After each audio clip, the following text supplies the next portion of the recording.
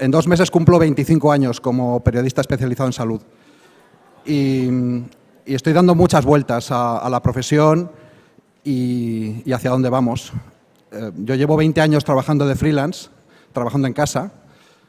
Hemos criado, Raquel y yo, a 2 hijas que me han visto escribir todos los días de estos 20 años, pero mis hijas jamás cogen un periódico, ni siquiera por curiosidad de ver lo que escribe su padre, jamás escuchan un programa de radio, jamás ponen la tele y estoy viendo que los públicos los estamos perdiendo. Basta con ver las audiencias cómo caen a todos los niveles.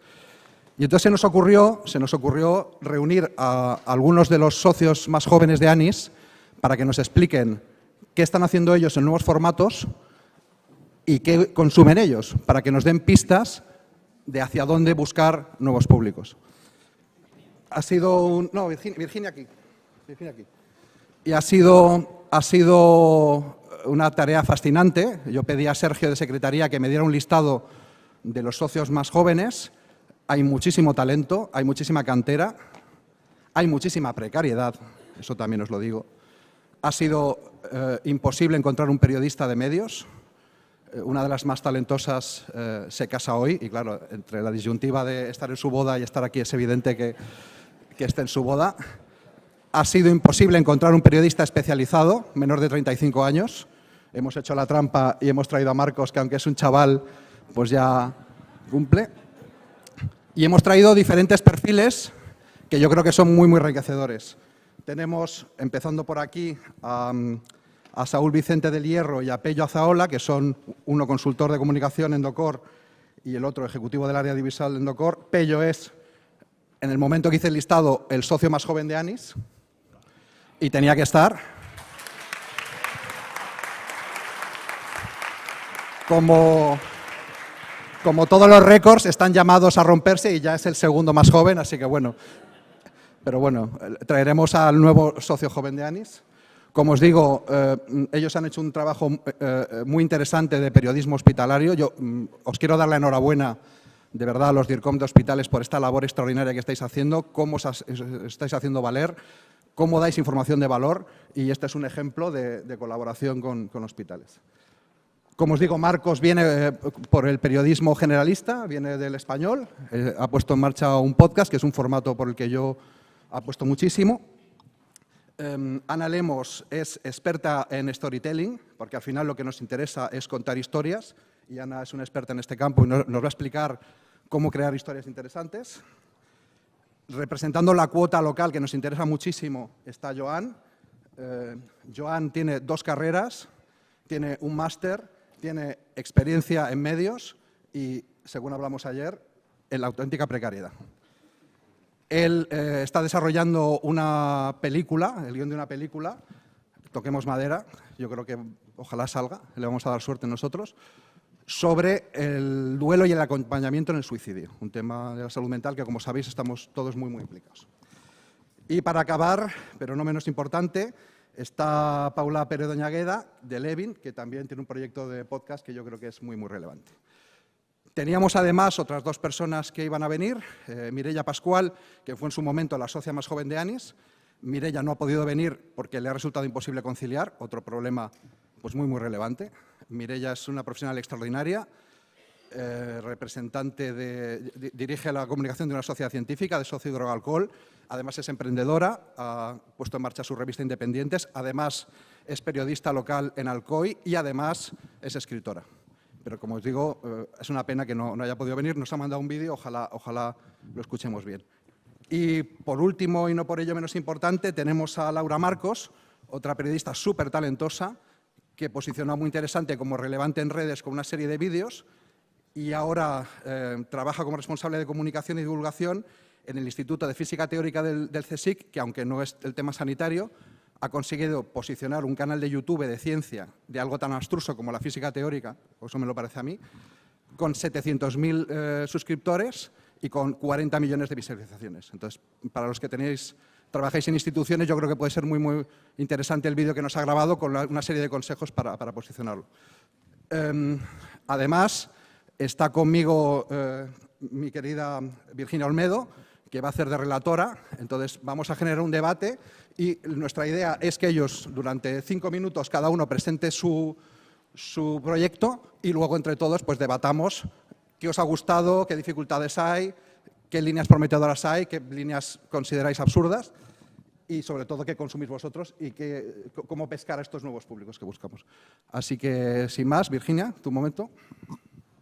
Pues buenos días. No sé, yo creo que se oye ya. Que buenos días, soy Virginia Olmedo, creo que me conocéis. Llevo 21 años trabajando en este sector y bueno, pues junto con mi compañero Xavi vamos a dinamizar esta mesa, ¿no? Y antes de empezar, quería que nosotros que somos periodistas y denunciamos las situaciones injustas y sabemos que las malas noticias son noticia, que el periodista no tiene que ser noticia, pues a lo mejor nosotros no tenemos que ser noticia, pero sí tienen que ser nuestros compañeros que tienen situaciones malas, situaciones laborales negativas, situaciones laborales donde están cobrando a 5 euros una página o cosas así. Y este tipo de cosas creo que los jóvenes tienen que vernos, que los que somos ya un poco más mayores tenemos que denunciarlo. Tenemos que denunciar también la situación de los compañeros en comunicación en instituciones, porque en algunos casos, en algunas comunidades, no se han creado ningunas plazas de comunicación ni de periodismo y están con categoría de administrativo o de auxiliar administrativo o de diplomado universitario cuando son licenciados. Esto dirán, bueno, tiene trabajo, pero los trienios, la antigüedad, la están cobrando en su categoría base. Su carrera profesional en su categoría base. Y luego, cuando salen los procesos de estabilización, me gustaría resaltar que su tiempo trabajado es de su categoría base. Esto no es justo. Los periodistas tenemos que denunciar lo injusto y nuestra situación es injusta. Y los que llevamos ya más años y una situación la tenemos más asentada, deberíamos ser correo de transmisión y hacer noticia, que así no se tratan a los profesionales, porque no se tratan bien a los médicos, ni a las enfermeras, ni a nadie, pero en un hospital, en una institución sanitaria, cuando hay que comunicar lo que hace, la persona debe tener los medios, debe tener las herramientas y los medios de recursos humanos, los medios humanos son tan importantes como tener un ordenador, como tener a mano los portavoces, como todas esas cosas. Y es desde aquí donde quiero reivindicar, por favor, no nos olvidemos de esto, porque está muy bien contar noticias, pero contar noticias cuando tenemos que comer.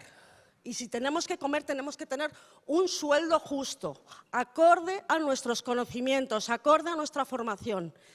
En medios, en organizaciones, en gabinetes de prensa, en empresas de comunicación y en instituciones públicas. Vuelvo a insistir, instituciones públicas, que es tan fácil como crear una categoría. Igual de fácil que resulta comprar por concurso material, guantes, catéteres. Todas esas cosas es igual de importante. No podemos consentir no tener derechos laborales porque estemos trabajando. Y trabajar de auxiliar administrativo no es plan. Debemos de reivindicar una situación acorde a lo que somos. Y punto. Pues nada.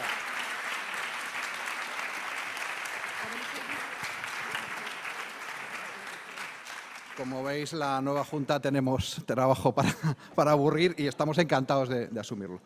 ¿Es el vídeo ahora? Sí, el vídeo va ahora. No.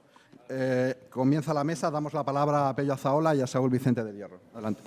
Hola, muy buenas tardes a todos. En primer lugar, queríamos agradecerle a la ANIS por darnos este portavoz, también a este perfil igual más joven de profesionales y en especial a Xavi Granda por configurar la mesa. Gracias también por contar con nosotros y dejarnos exponer tanto nuestro punto de vista como, en algunos casos, la realidad de nuestra situación. Bueno, nosotros cuando estuvimos preparando esta ponencia, Pello y yo, ya desde las primeras conversaciones con Xavi, detectamos algunas cosas que nos parecían muy interesantes. Y es que en un momento inicial, la pregunta que nos formuló Xavi era: a un perfil de vuestra edad como vosotros, ¿cómo podríamos cogerlo y pescarlo para atraer a nuestros medios? Entonces, esa reflexión es más compleja de lo que parece, porque, claro, los consumidores, ahora, sobre todo en la sociedad actual, raramente van a hacer el esfuerzo de ser ellos quien vengan donde estamos nosotros. Entonces, realmente, muchas veces, el camino es el inverso. Es nosotros, quizás como comunicadores e informadores, deberíamos estar donde están esos públicos nuevos. Y, además, pensando, es que muchas veces no es que exista un vacío, porque otras personas van a ocupar ese hueco de información. Los jóvenes seguimos consumiendo información en unas ocasiones más o menos verídica, pero seguimos consumiendo contenidos de todo tipo, pero como decía Xavi también muchas veces, sin importarnos muchas veces el portavoz o no, se consumen cosas que al final muchas veces no se contrastan, etcétera. Entonces, en nuestro caso, viniendo de una entidad hospitalaria, en este caso, como es el Hospital San Juan de Dios de Santurtzi, la reflexión que empezamos a formularnos es, vale, nosotros sí que tenemos a profesionales que están acreditados, son referencia en su sector y tienen información verídica, real e importante que trasladar a la sociedad. Entonces, claro, si igual seguimos teniendo una estructura de comunicación más tradicional, no vamos a llegar a ese público al que quizás también le interese lo que queremos decir. Entonces, lo que hemos tratado de hacer sería coger a esos portavoces, que sí que están autorizados, pasarles por nuestro filtro de informadores, intentar hacer el mejor mensaje posible y adaptado a la forma y al estilo de los nuevos medios y llevarles a sus medios ese nuevo contenido. Entonces, en ese caso, ahora sí que si nos pueden proyectar un ejemplo que hemos traído, que, bueno, lo que ponen, y no, en este caso es de un área tan compleja y tan tradicional como son los paliativos. Cuidados intensivos de confort. Una atención integral e integrada ante una situación de una enfermedad que no se puede curar, pero que presenta múltiples necesidades. Necesidades físicas, necesidades psicológicas, necesidades sociales y también espirituales. Responder a esas necesidades para garantizar el máximo bienestar de la persona enferma, de su familia y seres queridos, eso es lo que representan los cuidados paliativos.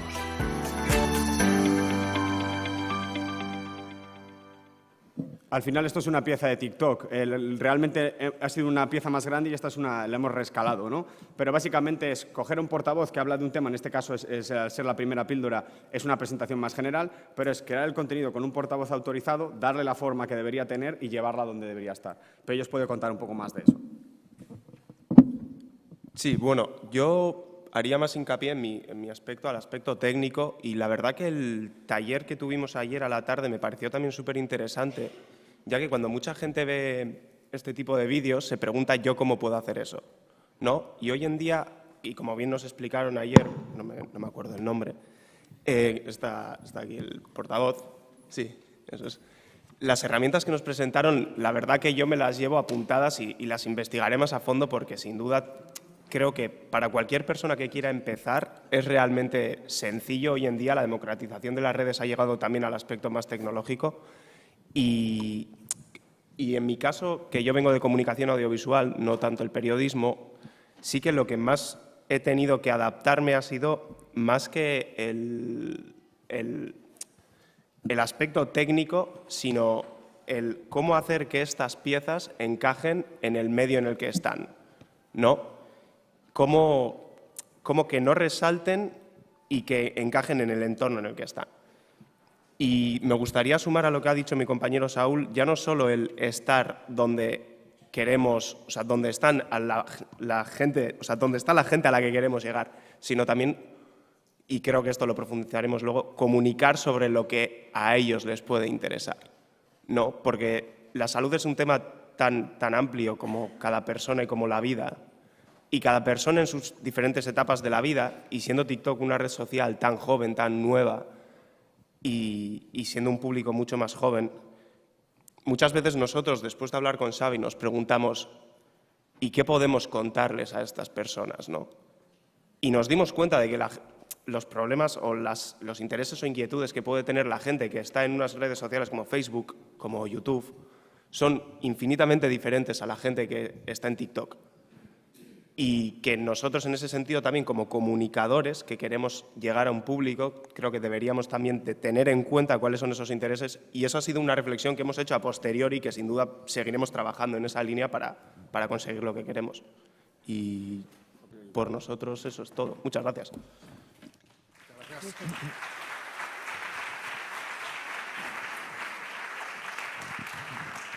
Tenemos entre el público a una referente en TikTok que está allí, que quiero que se ponga un poco roja, Eva Saiz, que tiene vídeos de TikTok con 500.000 visionados, o sea, algo que yo en 25 años de carrera jamás conseguiré, ella en un solo vídeo lo ha conseguido. Luego, Eva, me gustaría que nos contaras cómo conseguir viralizar un vídeo en TikTok y conseguir tantísima visualización. Virginia, ¿alguna pregunta, alguna duda? Sí, bueno, yo quería preguntarle a... No, pero primero a Pello y a... pues sí. De momento no. Tengo alguna... Yo tengo una pregunta que haceros. He apuntado lo que habéis dicho y luego se me Vale. ocurrirá, ¿eh? Vale. ¿Qué ha sido lo más difícil? Pues mira, una de las grandes cosas a las que nos hemos tenido que enfrentar también es un poco, dentro de los profesionales también acostumbrados a la comunicación, en este caso más tradicional, es que primero estaban acostumbrados a hacer notas de prensa. Cuando empezamos con las redes ya hace tiempo, no estuvieron tan reticentes y como que llegaron. Pero muchas veces, a muchos, cuando les planteábamos la cuestión de ¿va a ser un contenido para TikTok?, no les gustaba la idea. Igual, pero llega un momento que era, bueno, pero si va a ser el contenido adaptado con la misma rigurosidad, igual de bien hecho o igual de técnico que se va a hacer en Instagram en un Reel, ¿por qué ahí sí, pero en TikTok no? Sí. Y era en plan, no, porque es que en TikTok la gente se dedica a bailar y es mucha bobada y todavía tenemos que hacer un poco a veces pedagogía de tú puedes hacer el contenido que tú quieras. No tienes por qué estar en un trendy o hacer lo que sea. Sí. Tú puedes hacer lo que quieras. Y que yo creo que esto también yo creo que lo profundizaremos luego más. En TikTok al final hay tanto contenido que igual no es tan riguroso como el que nosotros podemos llegar a hacer, que igual se pueden sentir como que su contenido en TikTok va a perder valor o que su palabra en TikTok va a perder valor por el simple hecho de estar en TikTok y no en otra red social en la cual haya más control o sea una red más madura. Más serio. O sí, bueno, más serio. Bueno, serio por sus prejuicios, sí, ¿no? Pero sí. Me surgen más preguntas, pero las dejo para el debate. Marcos, por favor. ¿Qué tal? Bueno, pido disculpas por subir muchísimo la media de esta mesa, la media de edad.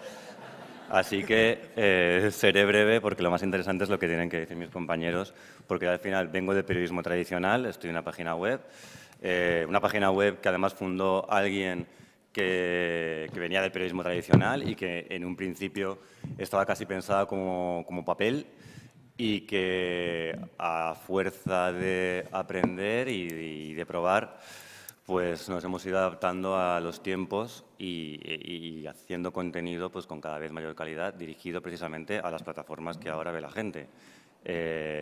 Por eso hay un continuo y por eso me ha gustado lo que habéis dicho antes de que pues, los jóvenes también consumen todo tipo de contenidos. O sea, los jóvenes no solamente consumen TikTok, como nosotros también consumimos web, consumimos papel, televisión, etcétera. En fin, que hace menos de un año en El Español se plantea poner en marcha una estrategia de podcast. Ya había alguno, pero sin una periodicidad muy frecuente y demás. Hay un podcast generalista como han hecho pues, casi todos los grandes medios. Luego hay tertulias, hay opinión, etcétera. Y se propuso la idea en principio, hace unos meses, de hacer un podcast dirigido a la política sanitaria. Es un podcast que venía sobre todo de la mano de la parte económica del periódico, de Invertia.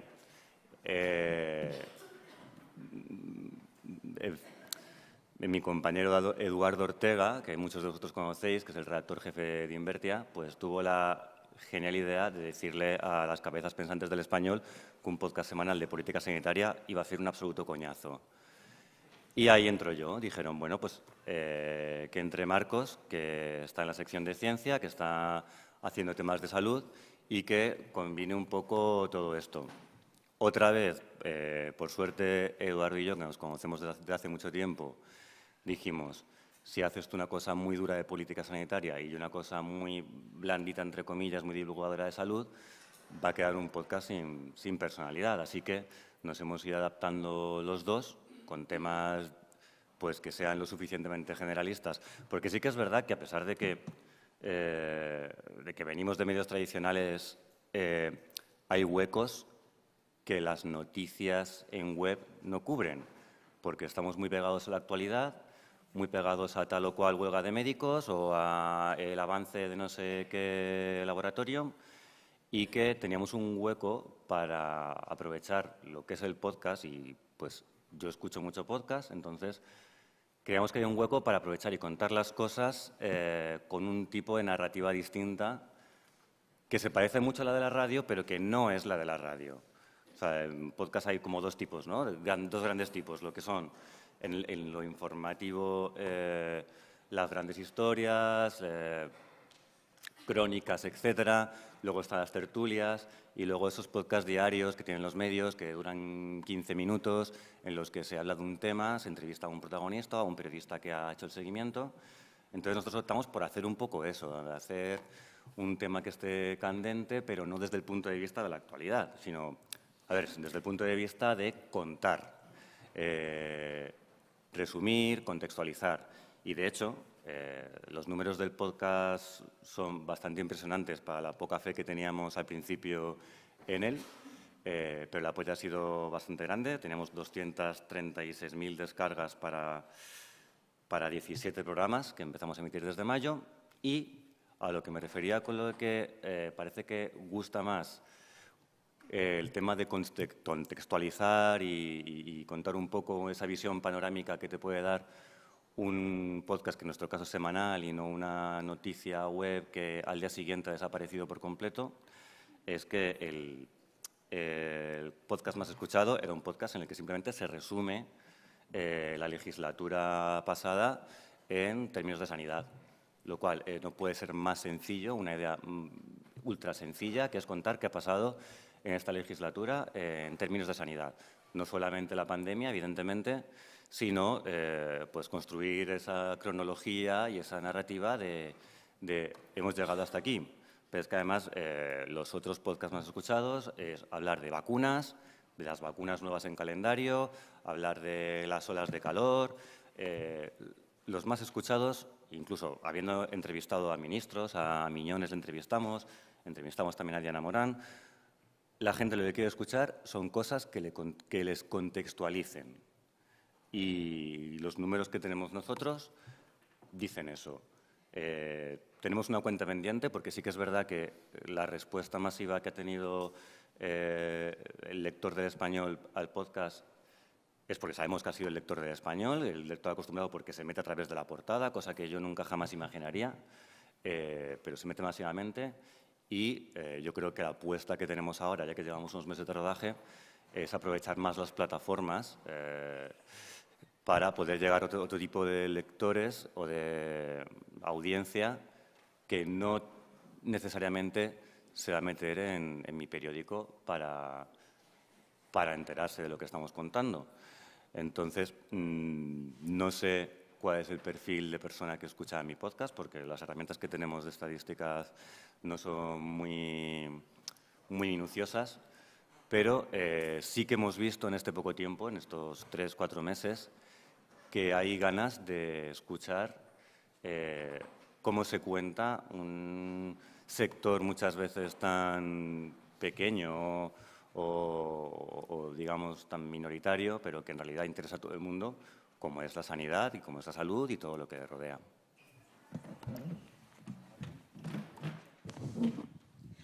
Yo quería preguntarte una cosa. Cuando la gente dice que está escuchando un podcast y lo que está escuchando es un programa de radio en diferido, ¿qué le dirías a alguien que dice eso?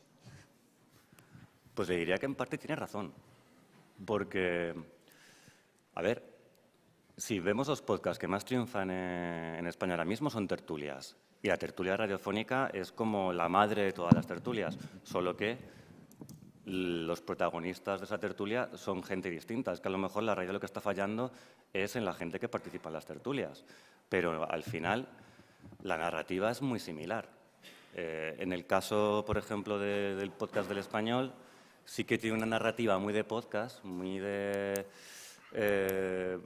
no noticias extendidas, sino un pequeño reportaje, que eso hay gente en radio que lo ha intentado hacer. Javier del Pino, por ejemplo, es un experto en meter en su programa a gente que hace ese tipo de piezas. Pero yo no veo tanta diferencia entre radio tradicional y podcast. Lo que veo es que el acceso es distinto porque la gente hace de cuanto quiere y, sobre todo, que hay una renovación de caras, o mejor dicho, de voces.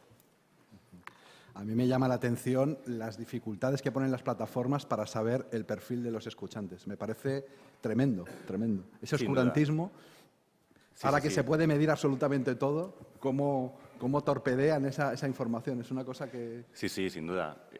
O sea, yo imagino que a medida que pagues más tendrás la audiencia más parcializada. Pero, claro, a eso también hay que tener en cuenta que haya gente que apueste por ello y que apueste de verdad y no intentar hacer con 4 duros lo que se puede hacer muy bonito cuando le puedes meter un poco más de ilusión y de empeño. Fenomenal. Ahora después. Compañeros técnicos, tenemos el vídeo de YouTube de Mireia, si lo podéis poner en pantalla, por favor. He visto que hay muchos problemas de sonido, vamos a intentar emitirlo. Si veis que no se entiende o por lo que sea no se puede ver, lo colgaremos en nuestras redes sociales porque, ya os digo, esta cuádruple faceta de Mireia, de editora, periodista, escritora, responsable de una sociedad científica, creo que es muy enriquecedora. También, ahora que no está, os tengo que decir que me mandó un vídeo de 18 minutos, que tampoco lo podemos ver entero. Entonces, vamos a intentar ver 5 minutos sobre las herramientas que trabaja ella en estas 4 facetas.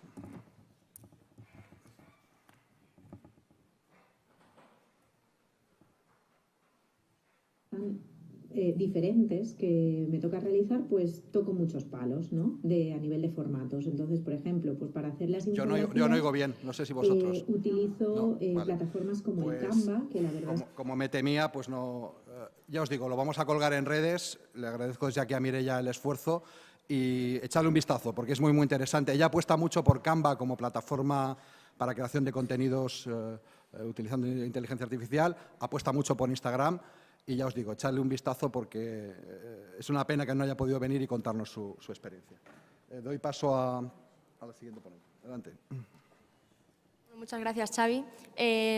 Bueno, yo soy Ana, trabajo en Cícero, Comunicación, donde experimentamos y trabajamos mucho con herramientas como las que estamos hablando mucho en este congreso. Hemos hablado de podcast, hemos hablado de inteligencia artificial. Trabajamos con ello, los exploramos, son herramientas que son muy útiles en comunicación corporativa, pero en este contexto tan grande de innovación, de nuevas herramientas y demás, tengo la sensación de que se nos olvida una de las primeras lecciones que aprendemos en las facultades de periodismo, que es la importancia de no solamente atrapar, es decir, coger al lector o al público, sino atraparlo y mantenerlo enganchado. Y esto es especialmente importante en la mesa que vamos a hablar ahora, porque los jóvenes, cuando les intentamos transmitir contenido sobre salud, nos enfrentamos a unos cuantos retos. Y es que cuando hablamos de ellos, para empezar, es una población diversa, creo que estamos de acuerdo, es heterogénea. Los que estamos aquí creo que no podemos hablar por todos los jóvenes españoles. Pero sí que he visto que cuando se les perfila en agencia, cuando hacemos perfiles de poblaciones, un adjetivo que se nos pone mucho, que a mí me hace gracia y me gusta a partes iguales, es que somos infieles. ¿Por qué somos infieles? Pues porque somos votantes infieles, no votamos siempre a los mismos partidos políticos, somos consumidores muy infieles, no siempre compramos la misma marca de un producto. Yo he llegado a cambiar de marca porque me gustaba más el packaging de otra, es decir, no hay una cosa de es de mejor calidad, es de un menor precio, simplemente he cambiado porque me gustaba más el packaging. Y, por supuesto, somos muy infieles, especialmente a la hora de informarnos, no solamente porque no nos informamos únicamente a través de un medio de comunicación, sino que cuesta mucho mantener nuestra atención. Es decir, en un texto podemos leer la primera frase, la segunda, pero a ver si seguimos en la tercera. Esto se debe, creo, a una combinación de varios factores, y es que somos adictos al scroll. Es decir, tanto Instagram como TikTok como Twitter tienen un mismo formato, que es hacer así, así, así, de una forma infinita y nunca termina. Entonces, en ese contexto, los mensajes cortos, impactantes, dinámicos, todas esas cosas, estos sustantivos que somos muy familiares con ellos, se tienen que aplicar con muchísima importancia. Además, súmale que exigimos entender las cosas de forma inmediata. Esto es muy importante en salud, porque no es tan fácil entender ciertos contenidos, pueden ser muy complejos. Juega un papel fundamental entonces el storytelling, el copywriting y, en definitiva, y ya hablando en español de nuevo, la redacción, una redacción excelente en este caso. Somos muy exigentes en ese sentido. En el caso de comunicación de salud, además, esto cobra especial relevancia en el sentido de que los informadores tenemos dos responsabilidades a mayores. La primera, se nos exige un rigor que tenemos que aplicar de forma muy necesaria. Es comunicación de salud, son contenidos muy delicados, muchas veces nuestro público son pacientes y no nos podemos permitir ciertas licencias. Esto aquí lo sabemos todos. Pero en Cícero, por ejemplo, sí que sucede que trabajamos mucho con clientes de la industria farmacéutica. Aquí súmale un marco regulatorio muy estricto al que están sujetos estas compañías, en las que comunicar ciertas cosas puede ser un reto, no solamente en contenido, sino en forma. Entonces, resumen, hay que profundizar o impulsar el debate y ver de qué manera hacer una buena transferencia de conocimiento a esta población sin caer en ser ignorados directamente. Yo pienso, a modo de conclusión ya, que esto se puede lograr a través de dos cosas. La especialización y, como apuntaba Virginia, a través de una apuesta muy decidida por el talento joven.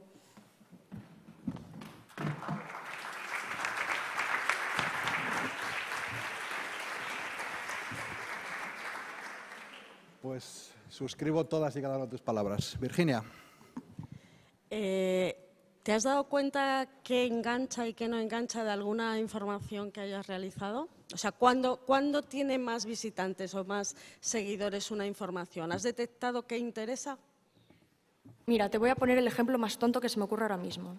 Uno de los vídeos más virales que ha habido últimamente en TikTok, que ni siquiera es un medio de comunicación, ha sido un vídeo de una influencer farmacéutica, Infarmarte concretamente, cuyo vídeo empieza así, y esto es la demostración de un contenido, de una frase corta que te engancha y que es impactante. Es así. ¿Te pica el ano pero solo por las noches? ¿A qué queréis seguir sabiendo sobre el tema? Vale, pues hablaba de lombrices, que decía que era son más comunes de lo que pensamos. Pero claro, ¿a que tú no empezarías un TikTok de esa manera? No. Empiezas como por la primera página de la Wikipedia, la primera frase de la Wikipedia. Las lombrices son un tema de salud pública muy importante. Claro, ¿puedes ir por ahí? Sí, puedes. ¿Vas a impactar en la población joven? No. Bien. Pues nada. Xavi. Vamos a ver si la tecnología nos respeta ahora. Vamos con el vídeo de Laura, a ver si lo podemos escuchar. El IFT, un instituto... A ver, compañeros, ¿podéis emitir el...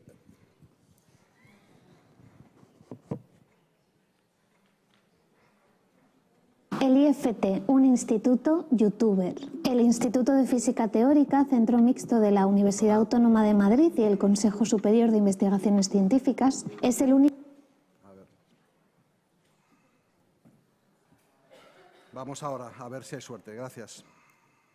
El IFT, un instituto youtuber. El Instituto de Física Teórica, centro mixto de la Universidad Autónoma de Madrid y el Consejo Superior de Investigaciones Científicas, es el único centro español dedicado íntegramente a la investigación en física teórica. En el IFT se trabaja en la frontera de la física de partículas elementales, astropartículas y cosmología, con el objetivo de entender las claves fundamentales de la naturaleza y del universo. Pero el IFT es un auténtico caso de estudio. Por otra razón, cuenta con más de 700.000 seguidores en YouTube y más de 40 millones de visualizaciones en sus vídeos. ¿Cómo empezó esta aventura? En 2011, el canal de YouTube del IFT se creó como mero repositorio para almacenar conferencias, hasta que nos dimos cuenta de que esas conferencias tenían muchas visualizaciones y había personas que nos escribían interesadas en conocer más. Principalmente porque es que estás viendo a los propios científicos explicarte cosas.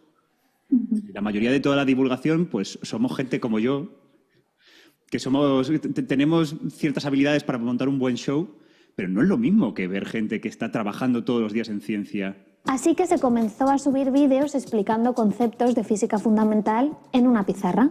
Una persona, una pizarra, te cuenta algo. Algo tan sencillo como eso, yo creo que tiene este es el valor de los vídeos del Instituto de Física Teórica. A nosotros eso nos admira, porque como todos los días estamos en la pizarra hablándonos unos a otros, pues nos parece como la cosa más normal del mundo y la cosa menos interesante para el público general, ¿no? Pero supongo que Tú lo veías un poco con esa mirada externa y de comunicador y viste ese potencial, ¿no? Hoy el impacto del canal de YouTube del IFT es único con respecto a otros centros de investigación españoles y se equipara al de instituciones científicas internacionales como el MIT o la Agencia Espacial Europea. De hecho, el impacto del canal de YouTube del IFT se asemeja más al impacto de otros canales de divulgación científica de creadores de contenido individuales. Y también se parece a ellos su manera de trabajar. Nuestras herramientas son una cámara con suficiente calidad, un micro de corbata. La edición de los vídeos es fundamental. También solemos añadir efectos sencillos y cuidamos mucho las miniaturas, que son la carta de presentación de nuestros vídeos.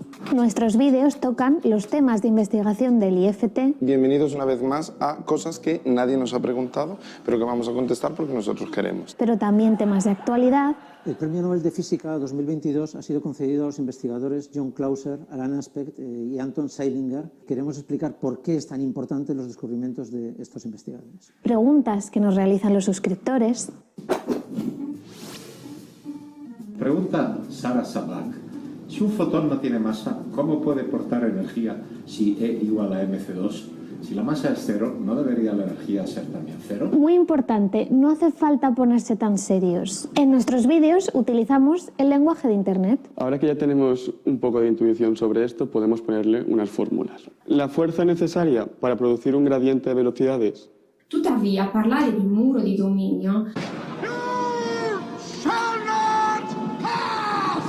¿Se pueden hacer los rayos que utiliza el emperador en Star Wars para atacar a sus contrincantes? El aire es su medio aislante, o sea que lleva a regularlo del paso de cargas eléctricas libremente. Para que no se descarguen las cargas a través de la Tierra, necesita estar parado sobre una superficie aislante de alrededor, podemos estimar, 40 centímetros. Entonces, el motivo de este vídeo es que os deis cuenta que el emperador es una drag queen. No tenemos ningún problema en usar memes divertidos. Tomemos los números naturales. Por ejemplo, el 1, 2, 3... 2, 3, 4, 5, 6, 7, 8, 9... hasta el infinito. Para que llegue el mensaje. Eso sí, esta aventura no sería posible sin investigadores dispuestos a divulgar. La mayoría tienen una gran capacidad para hacerlo. Además, el personal de comunicación revisa los guiones y les ofrece consejos para mejorar. El canal de YouTube del IFT es nuestra actividad de divulgación insignia. Y su potencial es utilizado también para dar a conocer otros proyectos interesantes. Espero que os haya gustado e inspirado.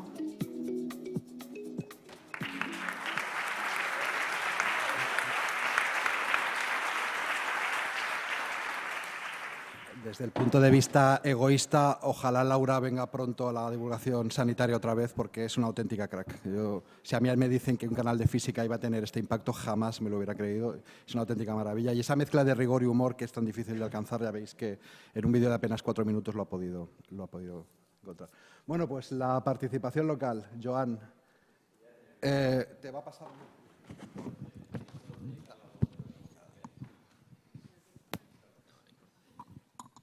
Hola, sí, vale. Bueno, en primer lugar, muchas gracias a la organización y enhorabuena a todos mis compañeros y compañeras. Es un placer estar aquí. Me siento un poco intruso porque, claro, en el folleto pone que soy guionista, además de periodista y demás, o sea que estoy aquí un poco escuchando y aprendiendo muchísimo por vuestra parte y todo lo que comentáis.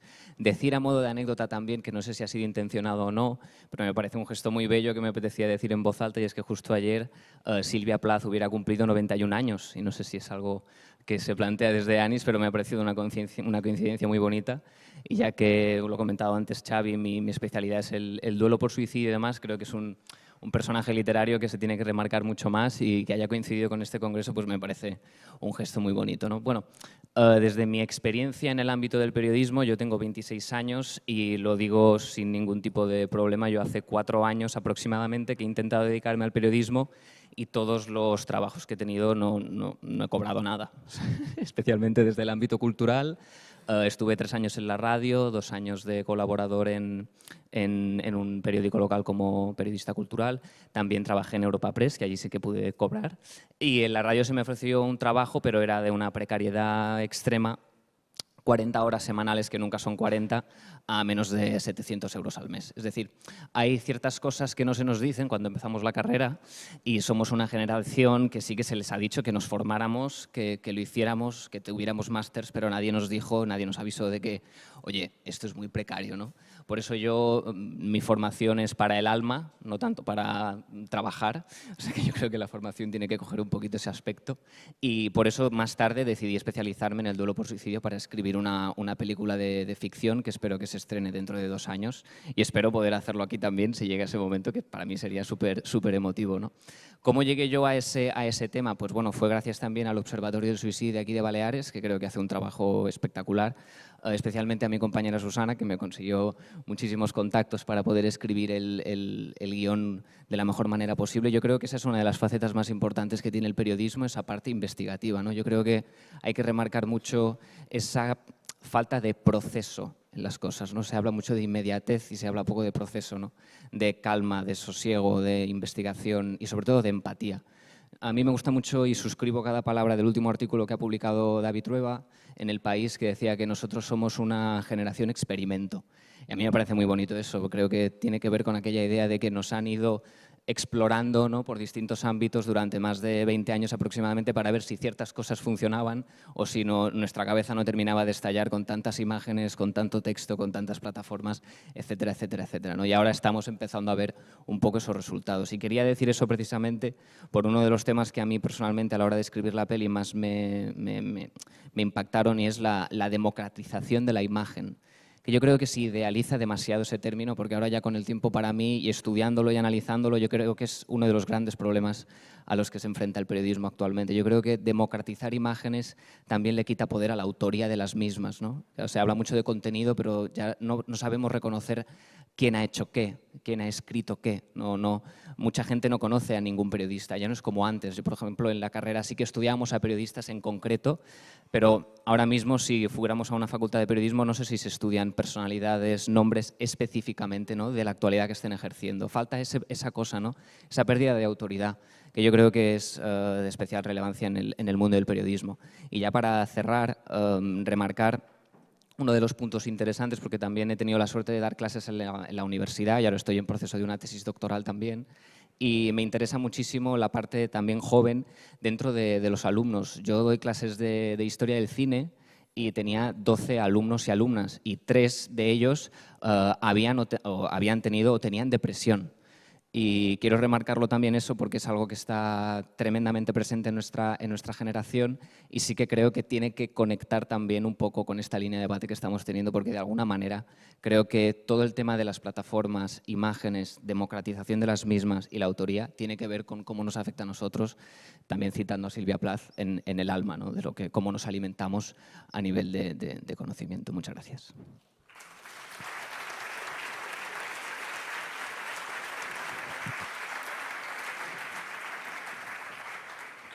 Yo tengo una duda. ¿La película la planteas específicamente para plataforma? Ahora que ya nadie va al cine. No, precisamente la película a mí me gustaría estrenarla en cines, como Dios manda, o al menos como yo lo veo. Pero igualmente también al cabo de un tiempo tiene que ir a plataformas, porque yo al final como cineasta tú quieres que la película que has hecho la vea toda la gente posible, pero a mí me gustaría poderlo estrenar como toca. Ahora mismo contamos con el apoyo, después de bastantes esfuerzos, de 2 productoras, una aquí en Baleares y otra en Cataluña, y ahora estamos en esa búsqueda de financiación, que ya digo, también levantar un proyecto ópera prima que trata sobre el duelo por suicidio está costando bastante, y algunas televisiones nos han dicho directamente que no por el tema que es. Quiero decir que también ocurre esto. Muchas gracias, y además creo que no te doy las gracias, está colaborando de voluntario, así que doblemente gracias. Sí, hombre, faltaría más, claro. Gracias. Paula.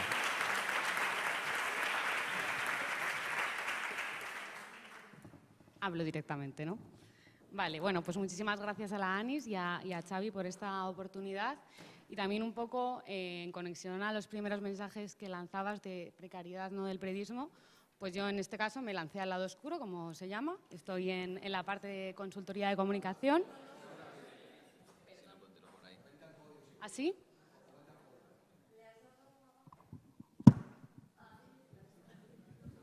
A ver.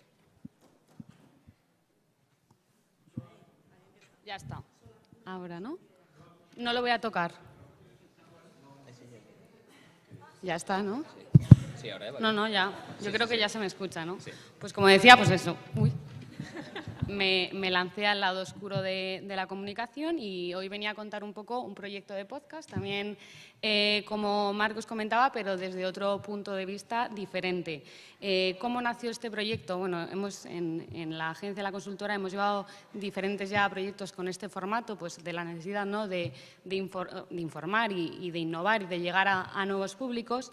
Y ante el reto, como era de una patología muy concreta, una enfermedad rara, que necesitábamos, ¿no?, llegar a ese público paciente más joven, pero también, por otro lado, impactar, porque bueno, en Levin, aparte de llevar comunicación, nos dedicamos a los asuntos públicos, impactar también en los influenciadores políticos de una manera diferente a la habitual. Entonces nos lanzamos a hacer un proyecto de podcast centrado en esta enfermedad. Y bueno, más allá de contar, ¿no?, cómo creamos este proyecto, quiero un poco traer los learnings que nos llevamos haciendo este tipo de proyectos de podcast. En primer lugar, el learning más interesante fue pasar a un formato de audio a vídeo, es decir, el vídeo podcast entendimos que tenía un mayor alcance, ya que el formato vídeo, ¿no?, es más atractivo para la gente más joven y en general para todo el público en general. A la hora de realizar esa difusión, obviamente no podíamos lanzar la pieza de podcast directamente, oye, escuchen 30 minutos sobre esta patología, sino que tenía que ser a través de micropíldoras, de piezas cortas, que fuese ganando esa atención de los oyentes, de los que viesen a través de las diferentes plataformas el podcast. Otro punto muy importante fue el abordar esta patología a través de diferentes puntos de vista, a través de diferentes profesionales, desde el aspecto clínico, de enfermería, trabajadora social, paciente, psicología, ¿no?, esos numerosos pacientes y puntos de vista que influyen en una enfermedad y como puede ser también una enfermedad rara que tiene una carga emocional muy fuerte. Por otro lado, gracias a poner estos diferentes puntos de vista, conectamos con diferentes profesionales, agentes involucrados en el cuidado de esta enfermedad y no solo buscamos profesionales que fueran buenos comunicadores, sino que también tuvieran pasión, ¿no?, por el trabajo que hacían y que supieran transmitir en este podcast la emoción, la pasión de su día a día en su trabajo. Y por último, también lo que tratamos de hacer es una estrategia multicanal. Es decir, antes le preguntaban a Marcos, ¿no?, ¿por qué la radio o podcast es igual que la radio o qué diferencias tiene? Yo creo que esta es una diferencia muy importante y es que el podcast, hay numerosas plataformas que te permiten subir este contenido y llegar a ese público desde la aplicación que más le gusta, si es Spotify, si es el Apple Podcast, si es YouTube. Entonces, la estrategia multicanal fue muy importante y es muy importante para llegar a esos diferentes públicos. Y bueno, antes de terminar, también quería recalcar que, como decíamos, utilizamos a estas personas, a estos profesionales que participaron, pero que también se convirtieron en embajadores, ¿no?, de esta información, de este nuevo proyecto, de esta campaña. Y bueno, y aquí entra el debate de los influencers de salud, que no lo quiero sacar todavía, porque creo que vamos a contarlo más adelante. Y nada, pues muchísimas gracias.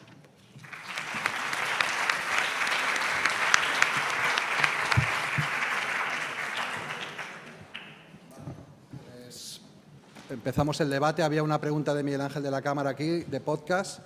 Hay más por allá arriba. Puedo ir yo, si no.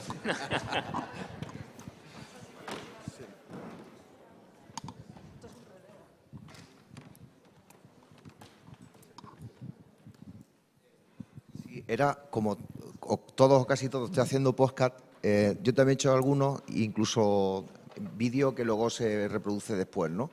No me importa meterlo en la nevera.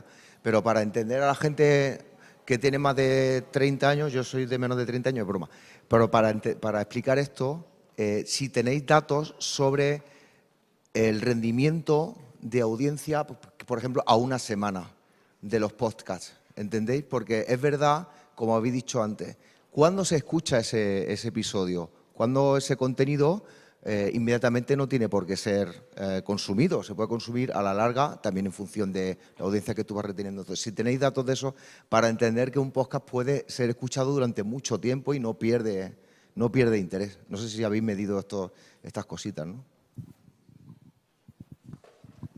Es muy interesante lo que dices, porque una de las cosas que se me ha olvidado contar es que nosotros lanzamos el podcast los jueves por la tarde-noche, pero cuando más se escucha es el sábado.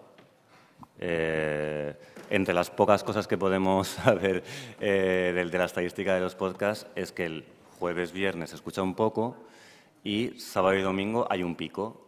Y luego, pues a la semana siguiente se va escuchando un poquito todos los días. Es muy sorprendente porque, vuelvo a decir, que el podcast está en la portada. En cuanto sale de la portada, en teoría, no tendrías acceso a él, a no ser que te metas en la pestaña de sección de podcast y vayas al propio.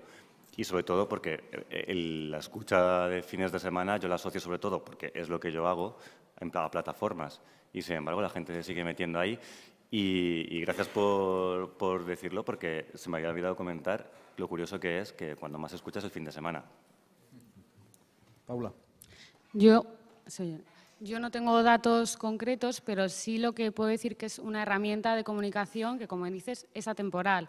Entonces, sí que hay una subida clara al inicio de lanzar, ¿no?, el formato, pero luego va habiendo picos en función de tú, cuando yo comentaba que lanzabas esas, ¿no?, micropíldoras, ¿no?, para seguir enganchando a los oyentes. Entonces, sí que vas viendo que, al igual que otros formatos que tú lanzas de actualidad, este es un formato atemporal que además todos ahora mismo los escuchamos, estamos haciendo deporte, lo escuchamos, vamos andando, lo escuchamos, y que también te da la opción de guardar episodios, por ejemplo, en Spotify. Entonces sí que vemos que tras el pico sigue habiendo, ¿no?, entrada de gente y visitas.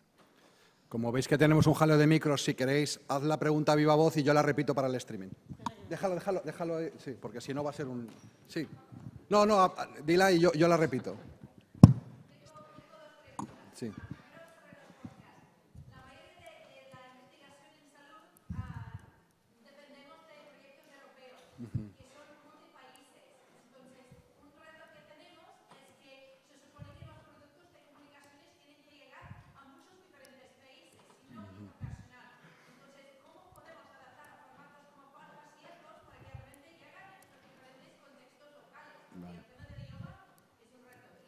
Ahora respondemos a esa y ahora volvemos.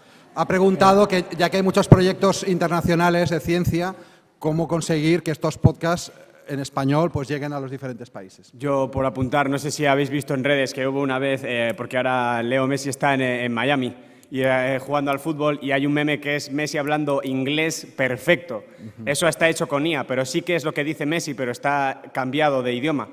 Eso es una buena respuesta. Al final la IA generativa puede cambiar, incluso sincronizando labios, el idioma. Yo creo que eso, no mucho, puede ser una gran herramienta para llegar a todos los idiomas que se quieran.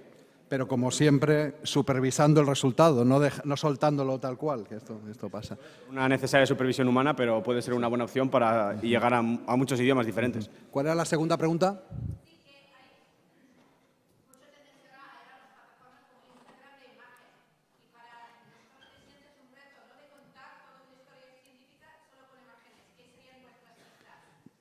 Pregunta cuál es el reto de comunicar con imágenes en plataformas como Instagram.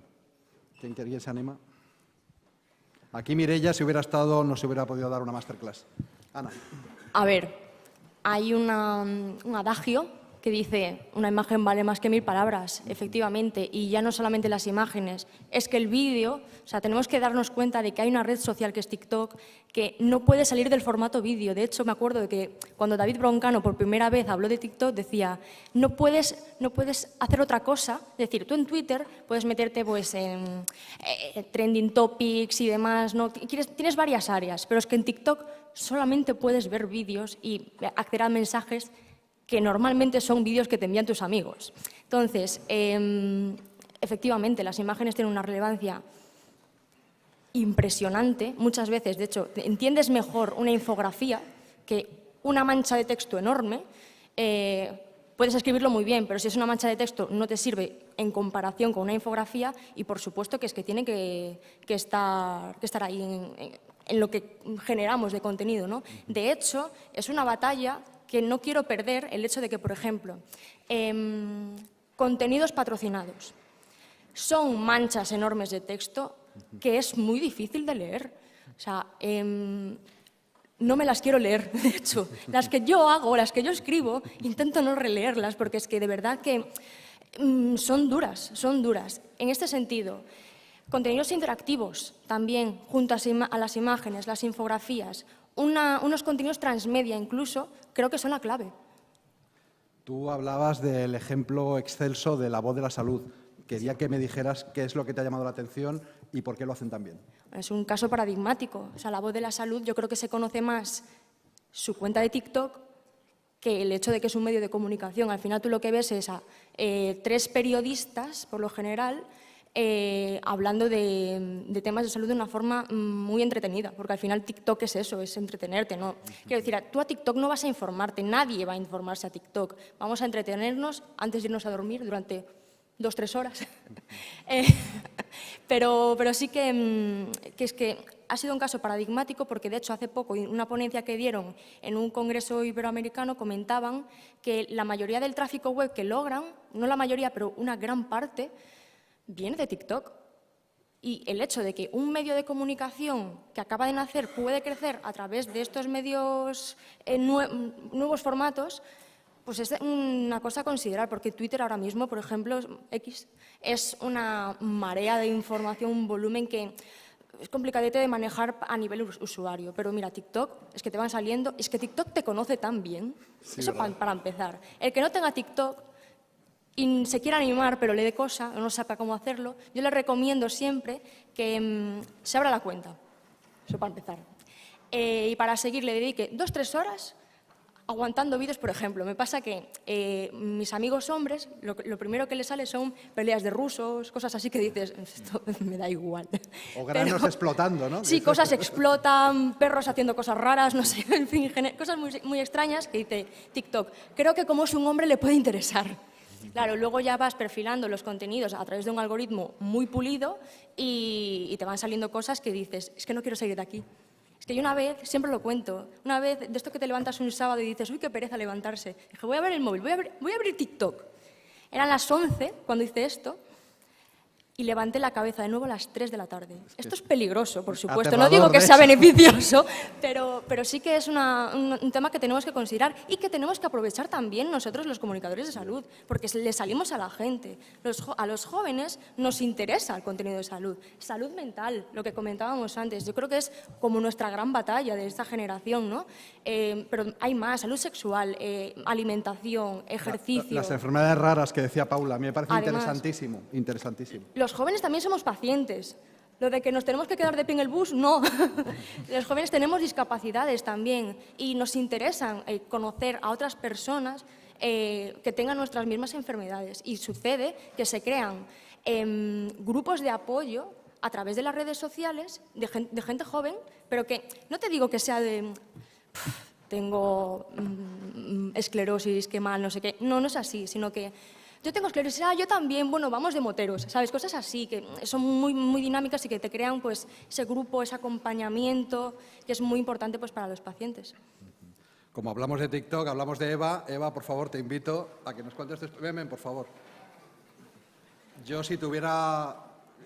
Mi consejo para empezar en TikTok, desde luego, sería seguir a Eva y a La Voz de la Salud y a partir de ahí que el algoritmo trabaje. Adelante, Eva.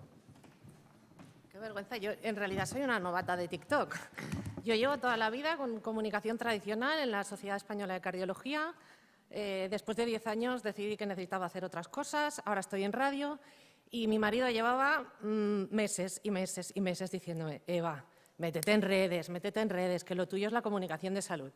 ¿Y qué pasa? Como no tengo ni 20 ni 30, pues siempre estigmatizamos esos nuevos formatos y creemos que eso es solo para gente de esa... No solo los que lo hacen, sino los que están detrás. Y es que todo el mundo tiene TikTok. Bueno, no sé, ¿cuánta gente? ¿Podéis levantar la mano? Quiero hacer una estadística. ¿Quién tiene TikTok? Y seguramente no tenemos 20 años. Es que yo veo las estadísticas. Estamos hablando de los nuevos formatos para llegar a la gente joven. No, es que en los nuevos formatos estamos todos. Y yo veo las estadísticas, porque TikTok sí que te da todas las estadísticas y a mí me sigue gente mayor. Ya tengo algunos que son fans y siempre digo, pues mi nieto tiene no sé qué. Y ya digo, este tiene bastante edad. Entonces, yo tenía ese estigma, tenía vergüenza porque tenía miedo de parecer poco rigurosa, cuando toda mi carrera profesional ha sido como mucha rigurosidad, todo revisado por un médico antes de lanzarlo, era como... Y de golpe, como ya no dependo de nadie, es como, ¿qué? ¿Me lanzo? Y me lancé y solo llevo 2 meses, pero no se me está dando mal. Ya que estoy aquí, os puedo poner... Ah, bueno. Vale, pues nada. Eva Saiz con H intercalada.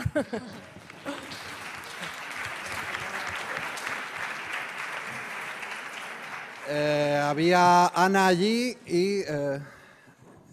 Ana, di. Sí.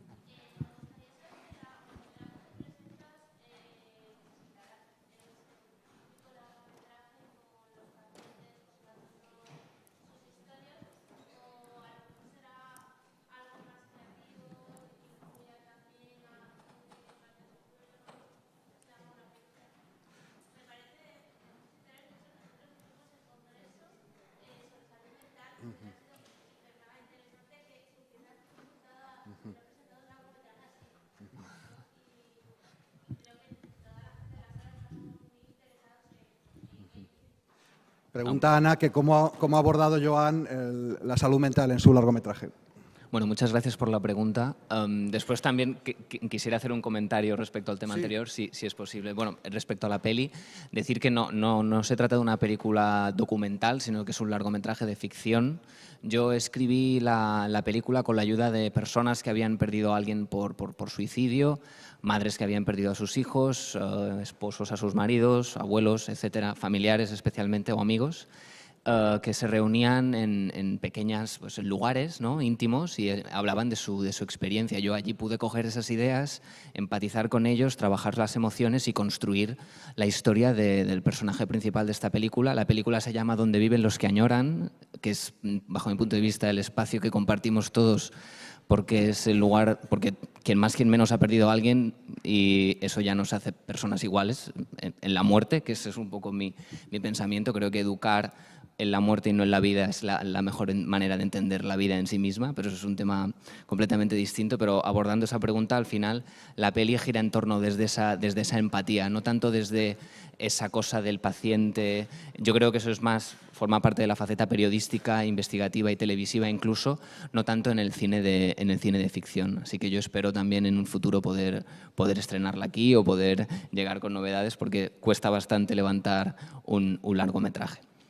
Y respecto al tema anterior, decir, si puedo, sí. Yo no tengo TikTok y soy bastante reacio con el mundo de las redes por cuestiones personales y demás, pero no, creo que es un medio informativo más y creo que es respetable, pero yo creo que hay que saber conocer nuestros propios límites, ¿no? Yo creo que hay cosas con las que no podemos luchar.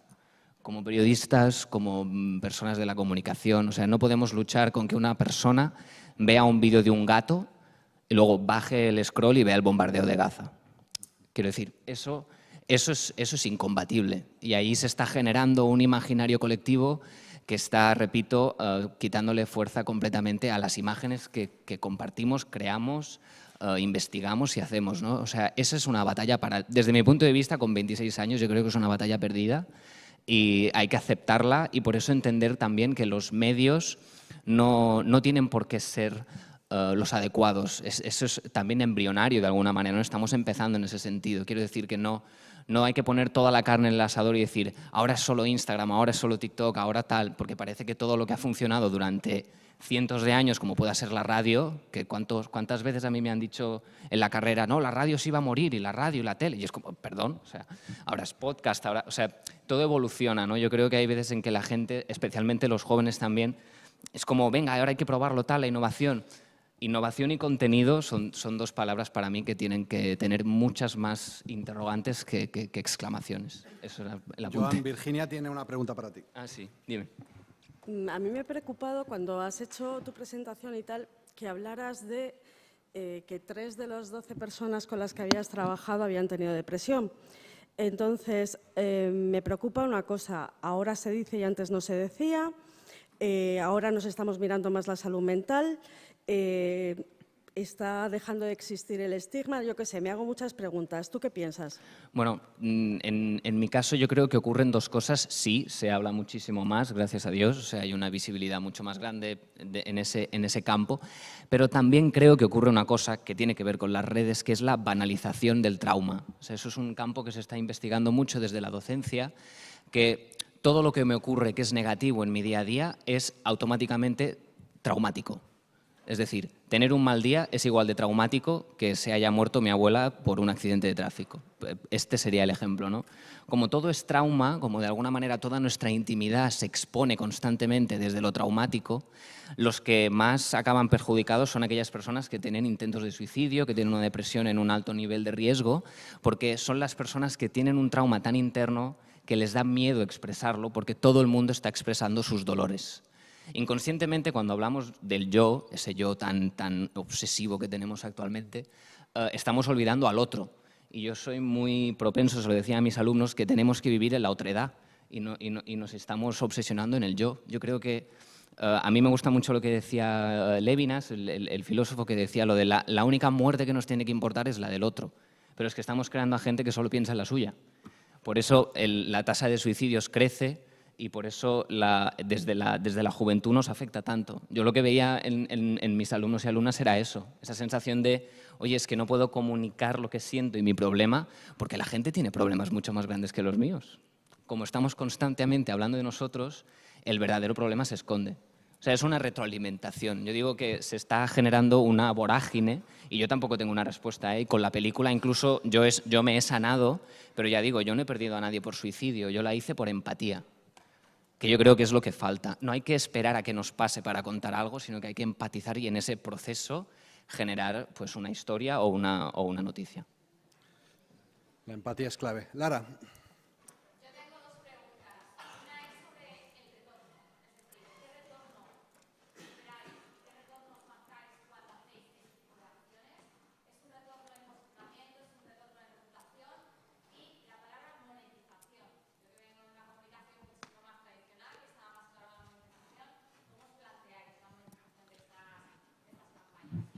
Espera, respondemos a la primera. Lara ha preguntado, para los que estéis desde casa, sobre el retorno y la amortización de estas acciones. Responda quien quiera. Bueno, en este caso sería igual algo más, en este caso casi de marketing que de información pura, pero bueno, yendo a eso, depende qué tipo de... O sea, de cara a la monetización sí que existen ya tablas y puedes estructurarte tus propios KPIs para ver cómo funcionan las campañas, que incluso se puede llegar a traquear bastante bien. Imaginémonos, si hacemos un contenido que genera 70 clics y el ratio que tenemos de conversión es de cada 10 clics un cliente nuevo que genera un valor X, finalmente puedes llegar a sacar el ratio. Es decir, como hemos generado 70.000 clics, al final se trasladaría a X beneficio. Imaginémonos que fuese algo que tenga que ver una venta directa. Más o menos, ¿eh? Luego eso se tiene que cruzar, ir validando y afinando, pero al final se puede llegar a hacer.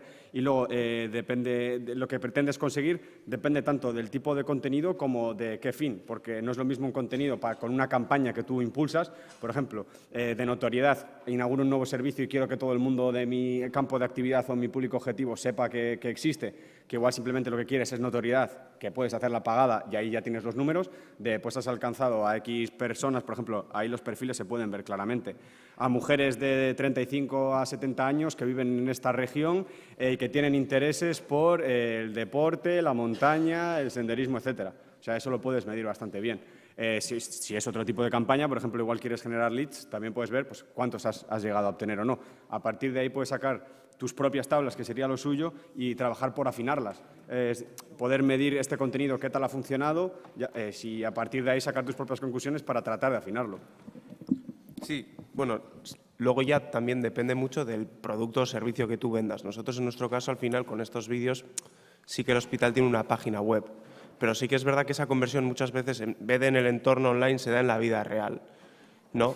Entonces, es muy difícil en ese sentido saber cuánta gente viene porque te ha visto online, ¿no? Creo que eso es la parte más ambigua, igual es esa, ¿no? Decir, vale, esta gente me ha visto online, ha pasado un tiempo, le ha pasado X y ha dicho, oh, yo conocía este hospital que me da este servicio Y lo que me ha dicho mi compañero, en el entorno online sí que es verdad que hay 1000 herramientas que al final te hacen el embudo de conversión, ¿no? Te van diciendo, en cada paso te dan todo lo que necesitas. Pero sí que es verdad que luego en el entorno físico, como nosotros, sí que es más complejo y en ese sentido sí que muchas veces se impulsa más el crear una imagen de marca y darte a conocer, para que cuando alguien tenga un problema, ¿no? La primera opción de SEO en su cabeza, por decirlo de alguna forma, seas tú. En ese caso de lo analógico muchas veces tiramos por el típico de cuando lleguen a consulta, tanto igual en recepción el doctor pregunta. Entonces, para tratar eso de poder hacer un poco, vas midiendo, ¿ves? Un poco ese funcionamiento. No sé si queréis añadir, sí, Paula. En mi caso, bueno, añadido a lo que comentan mis compañeros, pero que son proyectos fundamentalmente que patrocina un laboratorio de la industria, es ese posicionamiento de marca, ¿no? Del laboratorio X y el alcance, ¿no? Conseguir el mayor alcance entre todos los agentes involucrados en la asistencia de esa patología y de los propios pacientes. Nada, era solo eso, añadir. ¿Otra pregunta, Lara?